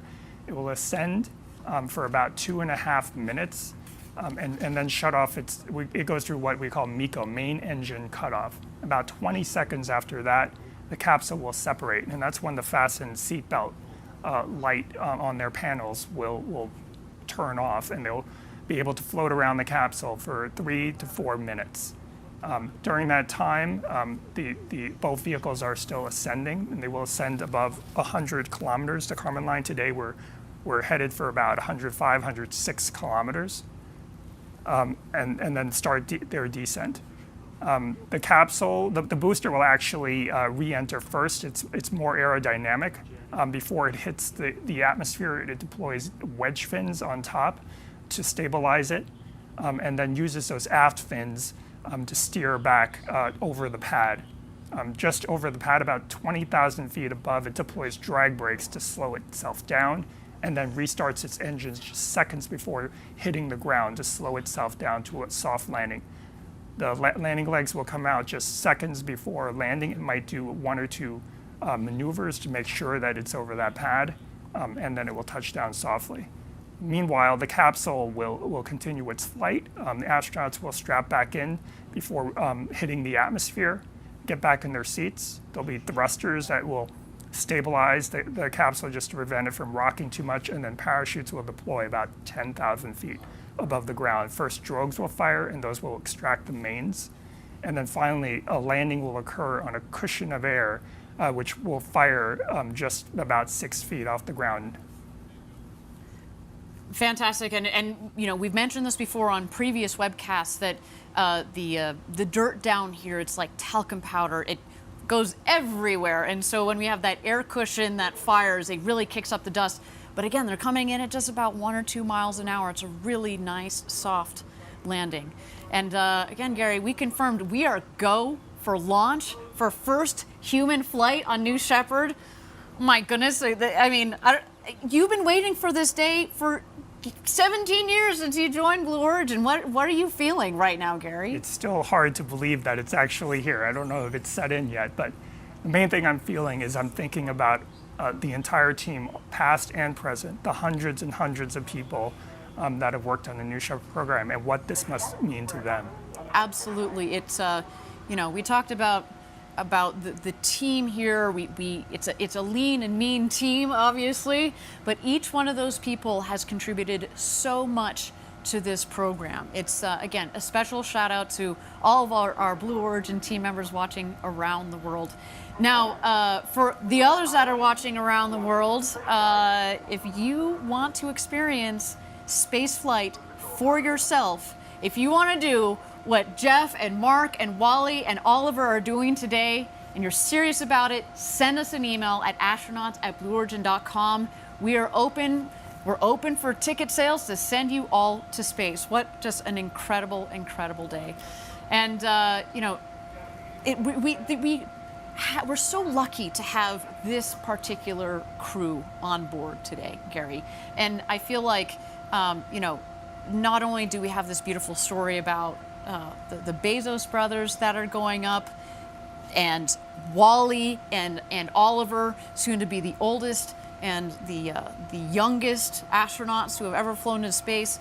Oliver, that's representing our international friends out there, taking the Dutch flag to space, you know, and then again, Wally, who has been thinking about going to space, well, her entire life, but certainly since the 1960s, and she was part of that program that got canceled, and she just kept fighting until recently we said, hey, Wally, why don't you join us for this first crew? And I can only imagine our future customers that are going to go on board. They're going to represent the world. They're going to represent many different backgrounds, and we certainly look forward to that. As we mentioned, we're going to have 2 more flights in 2021 for a total of 3, and again, many more to come in the future. And that is just fantastic. And I can imagine, again, as you were building the system, Gary, as you were thinking about, okay, this is not just a 1 or 2 flight, you know, operation with New Shepard. You've built it for a long-term program. We've built it to continue indefinitely and to take hundreds and hundreds of astronauts in the future. We hope to be into the thousands soon. And just think about that, right? There have only been about 560, 570 people that have ever been over the Kármán line, up 100 kilometers up over the internationally recognized line of space. And today we're going to add 4 more to that list, which is so cool. Yes, and someday in the near future, we will be over 570 just on the New Shepard program. Can you imagine? Are you going to go up? Absolutely. You going to go up with me? Sure. You in, man? Awesome. Okay, we are T-minus 4 minutes and 20 seconds to go until launch. What an incredible moment. Let's check out New Shepard on the pad here. We are awaiting the rocket is going to go into some last-minute checks on the vehicle. At T-minus 2 minutes is when the vehicle, we throw the show over to her.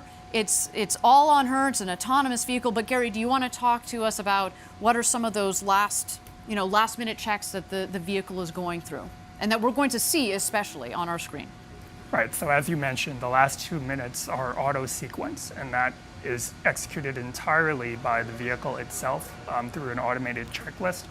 You'll see a couple of things. There will be things that you don't see, such as sensor checks, pressure checks on the tanks, radio checks. All hundreds and hundreds of different checks will be stepped through in this checklist. But what you will see is the hydraulic system spooling up, which will wiggle the engine gimbal as well as the aft fins.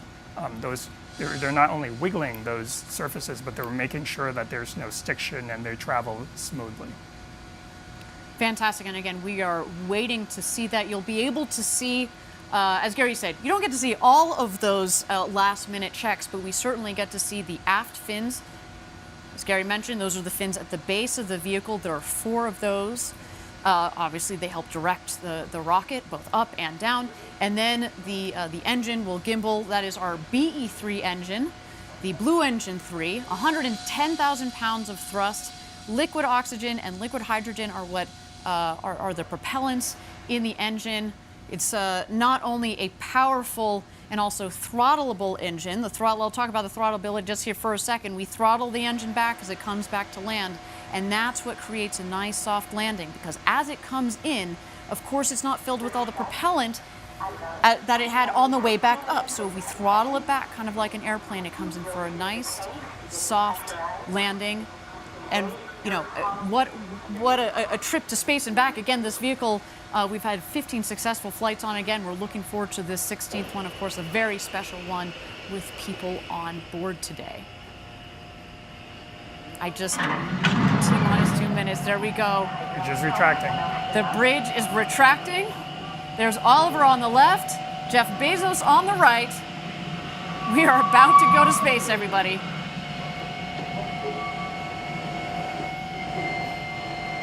We are in auto sequence.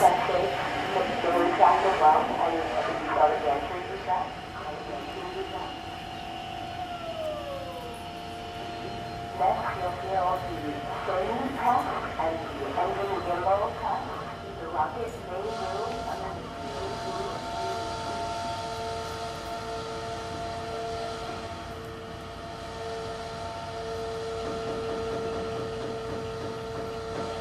Ariane, when that engine gimbal check occurs and that engine swings, they should actually be able to feel it in the cabin, because it'll sway the stack back and forth. There go the aft fin checks.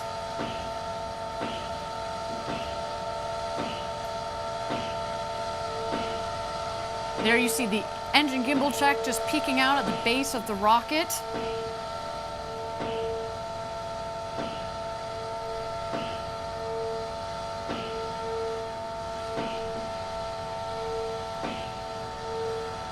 All right, here we go, everybody. Thousands of people contributed years to this historic moment.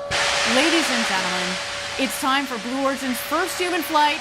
Godspeed, first crew of New Shepard. Let's light this candle.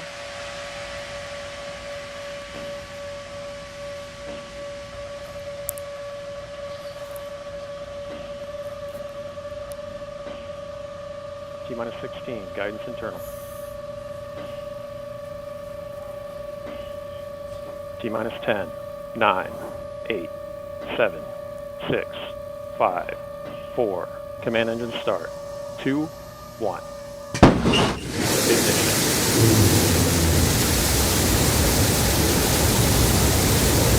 We have liftoff. New Shepard cleared the tower. And New Shepard has cleared the tower on our way to space with our first human crew. Go, Jeff. Go, Mark. Go, Wally. Go, Oliver. You are going to space.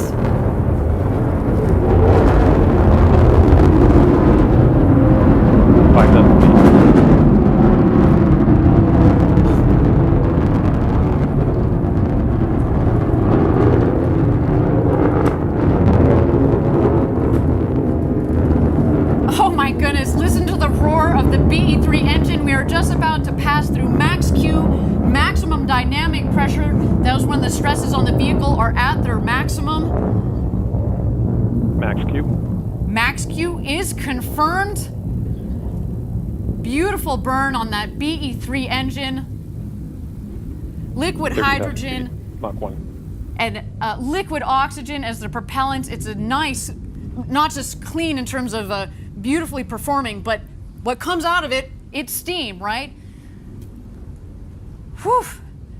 To see the glow of the engine underneath the rocket, just under our shoulders, and to know that we've got a crew that is going to space, it just feels different, doesn't it, Gary? It is totally different. All right, you can follow along, of course, the speedometer in the bottom left, the altimeter in the middle of the screen there. So far appears to be a nominal flight.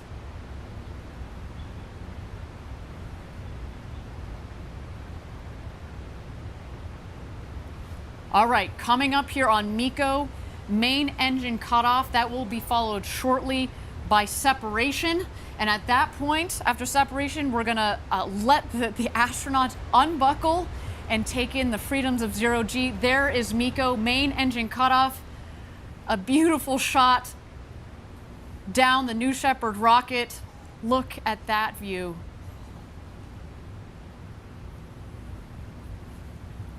Unreal. Awaiting separation here.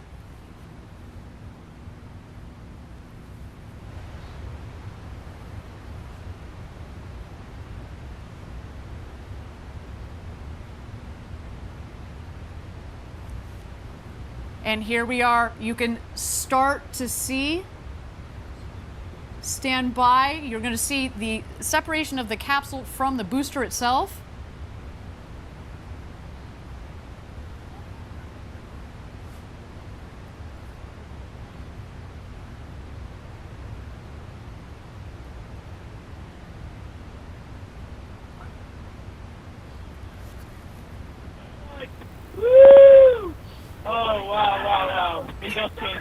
So you have to look out the window. Holy kid God. Oh, wow.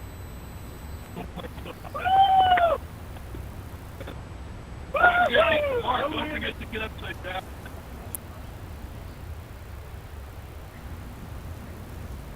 And there we go. Our astronauts have passed the Kármán line at about 328,000 feet, continuing their ascent. You see the two vehicles there. When the speed hits zero, you know that they've hit apogee, their maximum altitude, and you hear they're having quite an experience. All my instincts are fine. Okay, I'm gonna start back. Okay. I'm here to help you. Yep. Got it this time. Yeah, you just have to wait for it. You want the Skittle? Oh, yeah.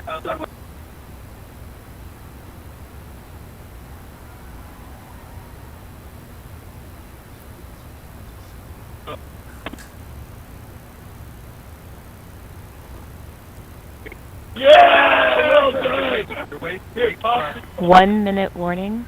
1 minute warning. Go! Oh, sorry. It's right there.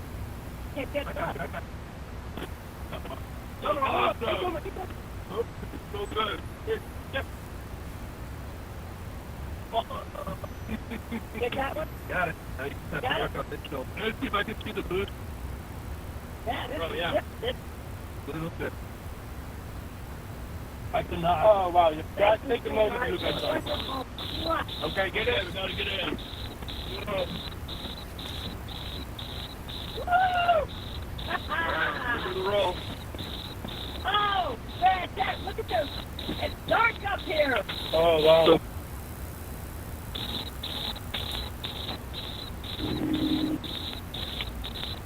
2,000 miles an hour. Everybody in? First step, status check. Astronaut Oliver. Oh, my word.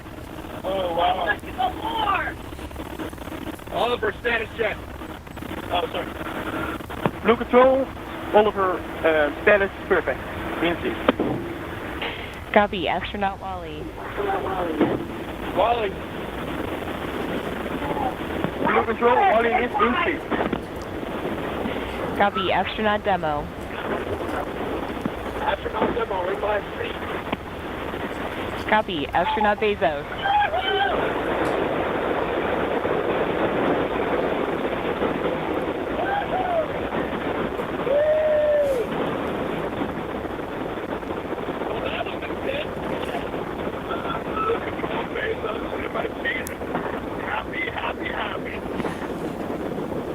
Copy.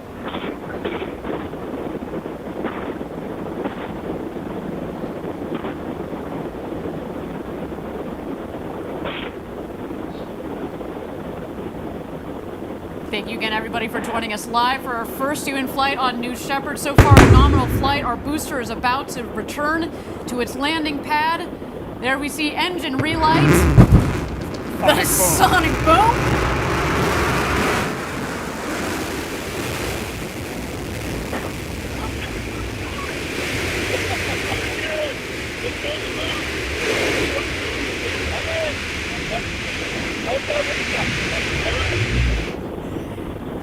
And booster touchdown, welcome back, New Shepard.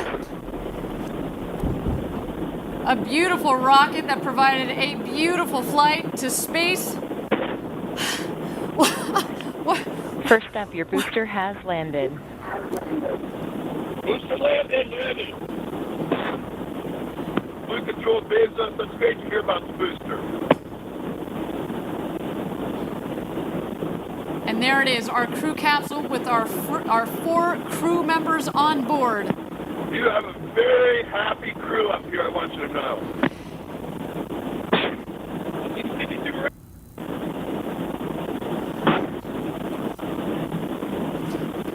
Oh yeah, I see blue. I see the big barn. Stand by drogues. Stand by drogues. Stand by main. Stand by main.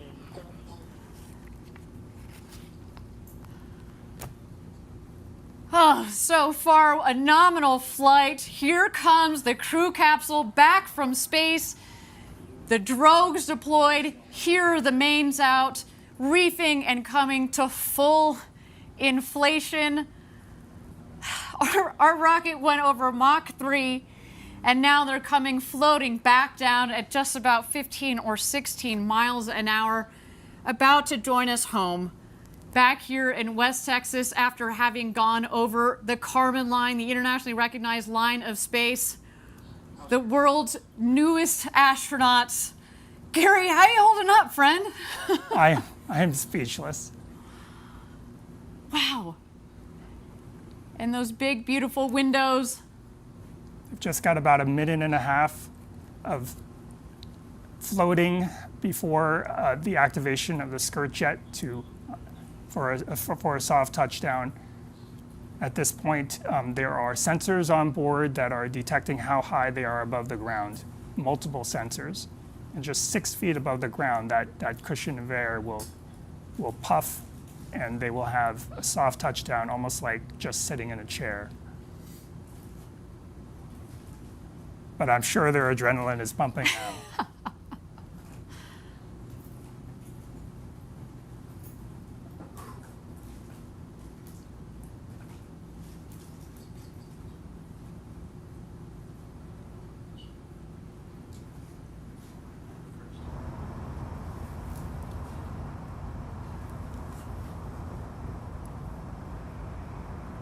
And touchdown.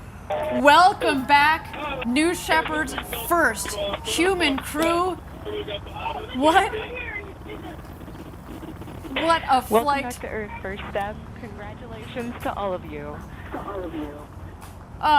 What a day, what a day.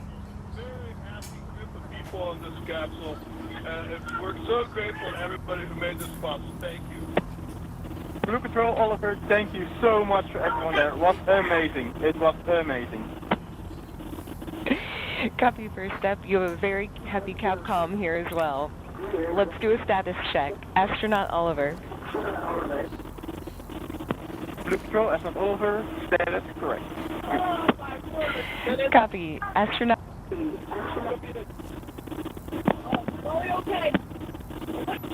Copy. Astronaut Demo.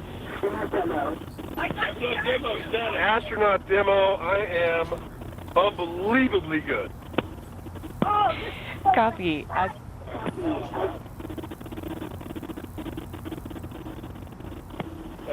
Blue Control, Bezos, best day ever. Copy, everyone. Go ahead and remain in your seats. Crew member 7 is on their way. Shortly, you will hear the capsule off-gassing.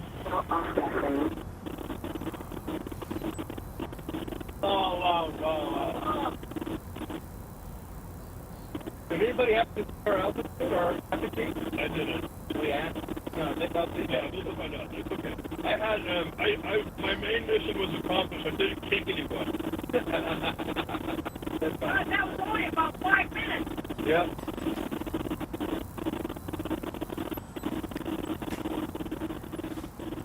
First up, Blue Control, your apogee was 351,210 feet.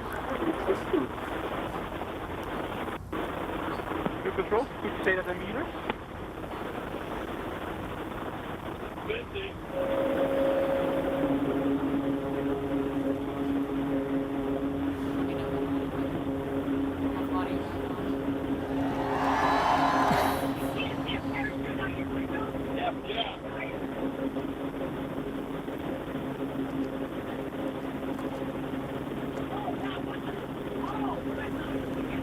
That was incredible. That was Wally, that was incredible. It was. I was thinking we were jerking and it wasn't. No, I was the helicopters. I was surprised at how easy 0G was. Yeah, it felt very remarkably natural. It did. It's like swimming. Yeah.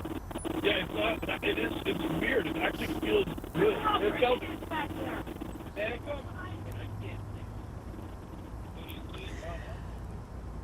Well, what a day. You can see our the world's newest minted astronauts there on board discussing their incredible flight of a lifetime up to space and back. Wow. Our team is now preparing landing safety operations.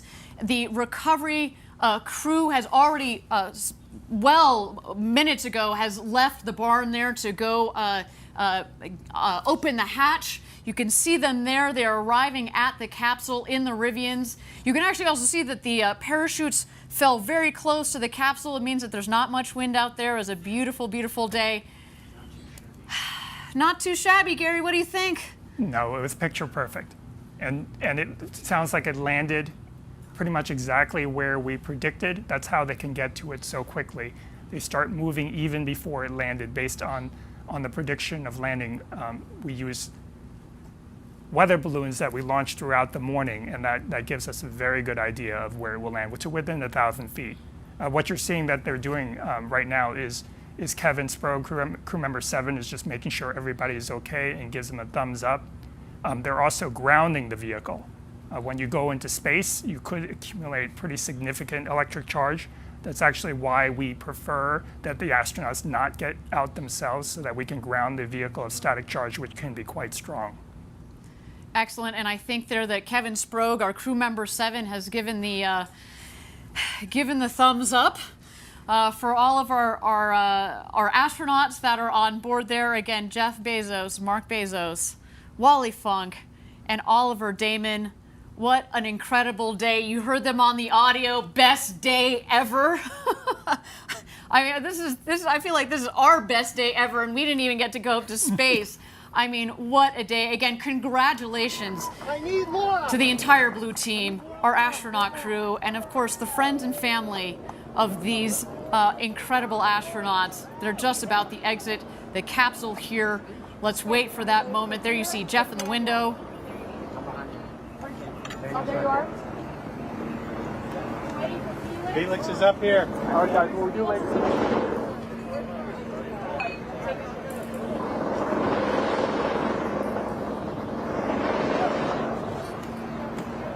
I got a main line in front of the hatch.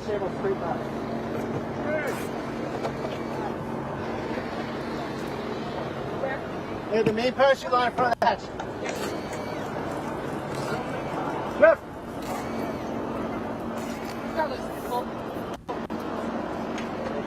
Okay, take the side, take the side. Help on the bush.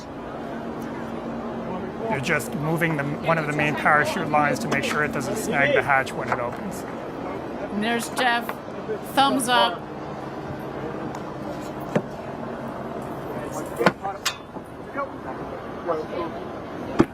CC safe, Jimmy. You heard there, the CC is safe. No, I got it. No, it's not open. Turn the slide on.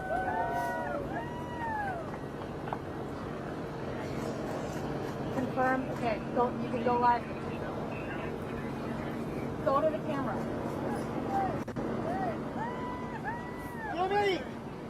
Jimmy! Gary, the architect of New Shepard, congratulations to you, man. Congratulations. Give me a to you, hug. Ira. This is just, ugh. What a day. Again, thank you everybody for joining us live for our first human flight of New Shepard. Our 4 astronauts went to space and back, topping over 350,000 feet, well over 100 kilometers. They've come back down safely. We're just waiting here for egress.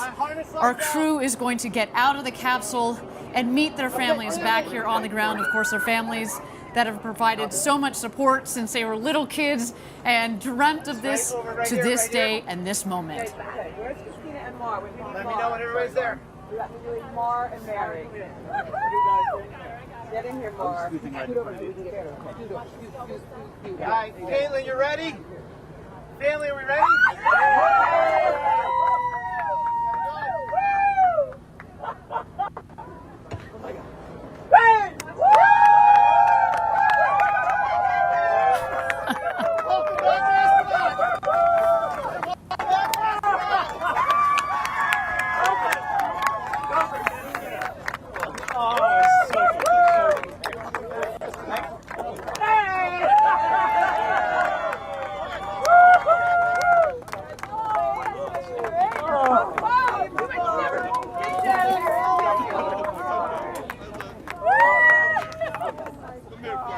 Oliver! Congratulations! Congratulations! Your dad has been around! Oh my God! Your dad is great! Oh, congratulations! Woo! You gotta get up there, sweetheart! Oh my God! It was so great! What a day again here, a successful launch and landing of the New Shepard rocket and crew capsule with our first human flight crew there, Jeff Bezos, Mark Bezos, Oliver Damon, and Wally Funk. And their families there giving big hugs all around. What a moment, so much emotion from all of them. The elation. Did you see Wally? Did you see Wally when she came out? You know, this, I told you she was probably going to do a summer, cartwheel as she came out of that capsule. What an incredible, incredible day. Let's just capture a couple more moments of this. Again, space flight, so much engineering, so much objective, hard engineering, technical thought that goes into it. But when you put people on board, there's such an incredible emotional component to this. The time, the effort, the blood, sweat, and tears. You know this better than anybody else. Again, congratulations, Gary. Thank you, Ariane. And congratulations to the entire Blue Origin team.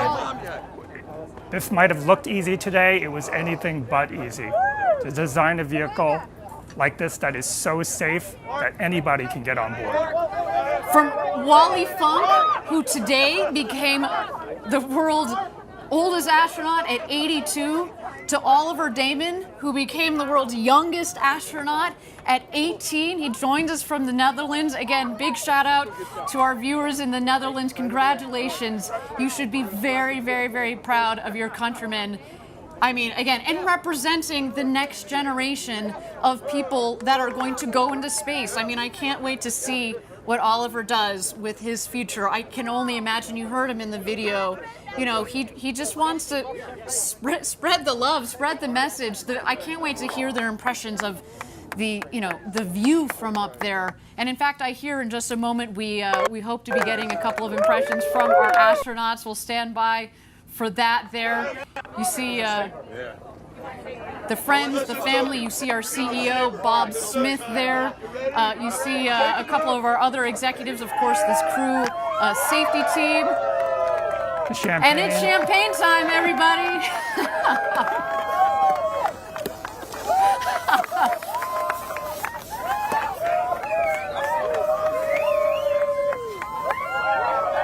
It's the only proper way to end the space flight. Exactly, the only proper way to end a space flight with a champagne shower. And man, that is, let me just tell you, that is the beginning of the celebrations. There is a lot more to come. We are, again, not just the crew and the families, but everybody at Blue Origin who has made the historic day possible.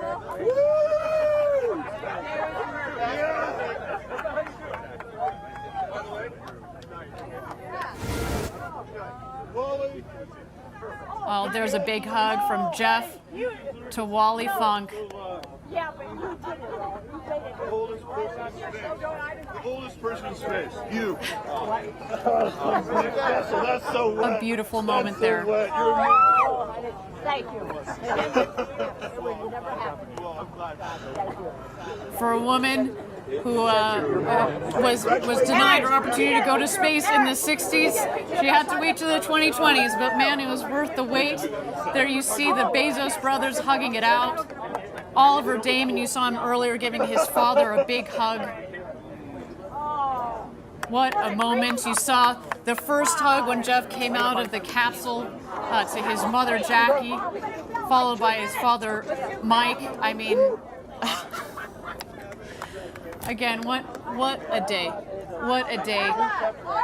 To the thousands and thousands of members of Team Blue, you contributed to today as well. I know you were all hugging it out back in Kent, Washington at our headquarters near Seattle, sending you guys a lot of love from down here in West Texas.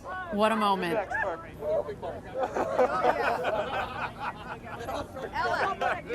I imagine. Oh, look at this girl. Ella.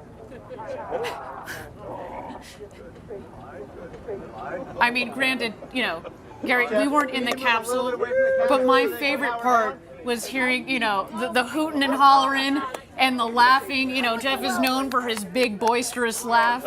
I mean, he's having the moment of a lifetime here, and you can only imagine as they were floating around up there.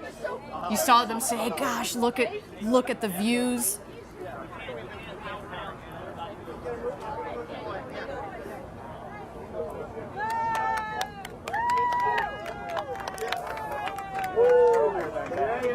Gary, is this as you had expected it? 17 years ago when you joined Blue Origin, you know, we like to at Blue, we like to, you know, start at the end goal, work backwards to make the design, and then build forwards. When you sat there 17 years ago with the very small team at the time at Blue, is this what you would imagine?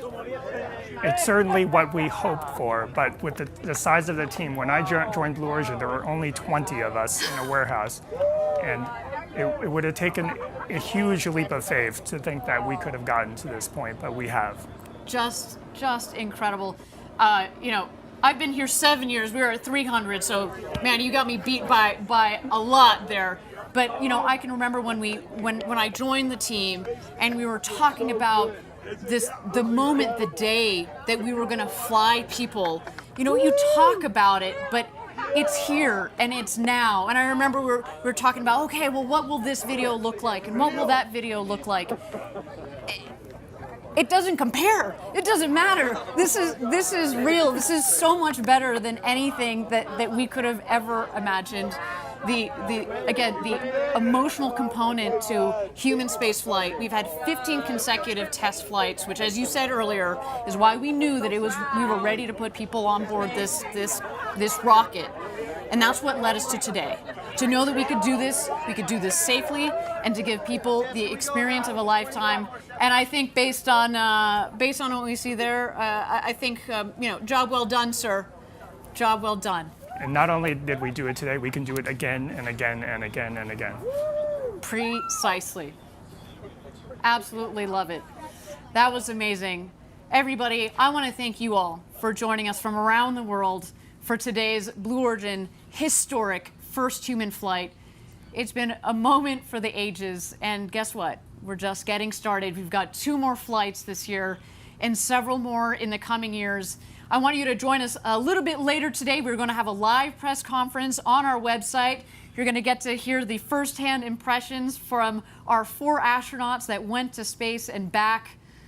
But to all of you out there, if you like what you saw and you are serious and interested about reserving your seat on a future rocket ride to space and back with New Shepard, we've got some exciting news for you. We are open for ticket sales. Send us an email, astronauts@blueorigin.com. We can't wait to fly you to space and back. Gary, it has been an honor to share the desk with you today, the architect of New Shepard. Thank you so much for your insights. Thank you so much for all of your hard work and all the hard work of your team that has made today possible. Thank you, Ariane. It was unforgettable. Absolutely. The road to space is being built, everybody, and we took a huge step today.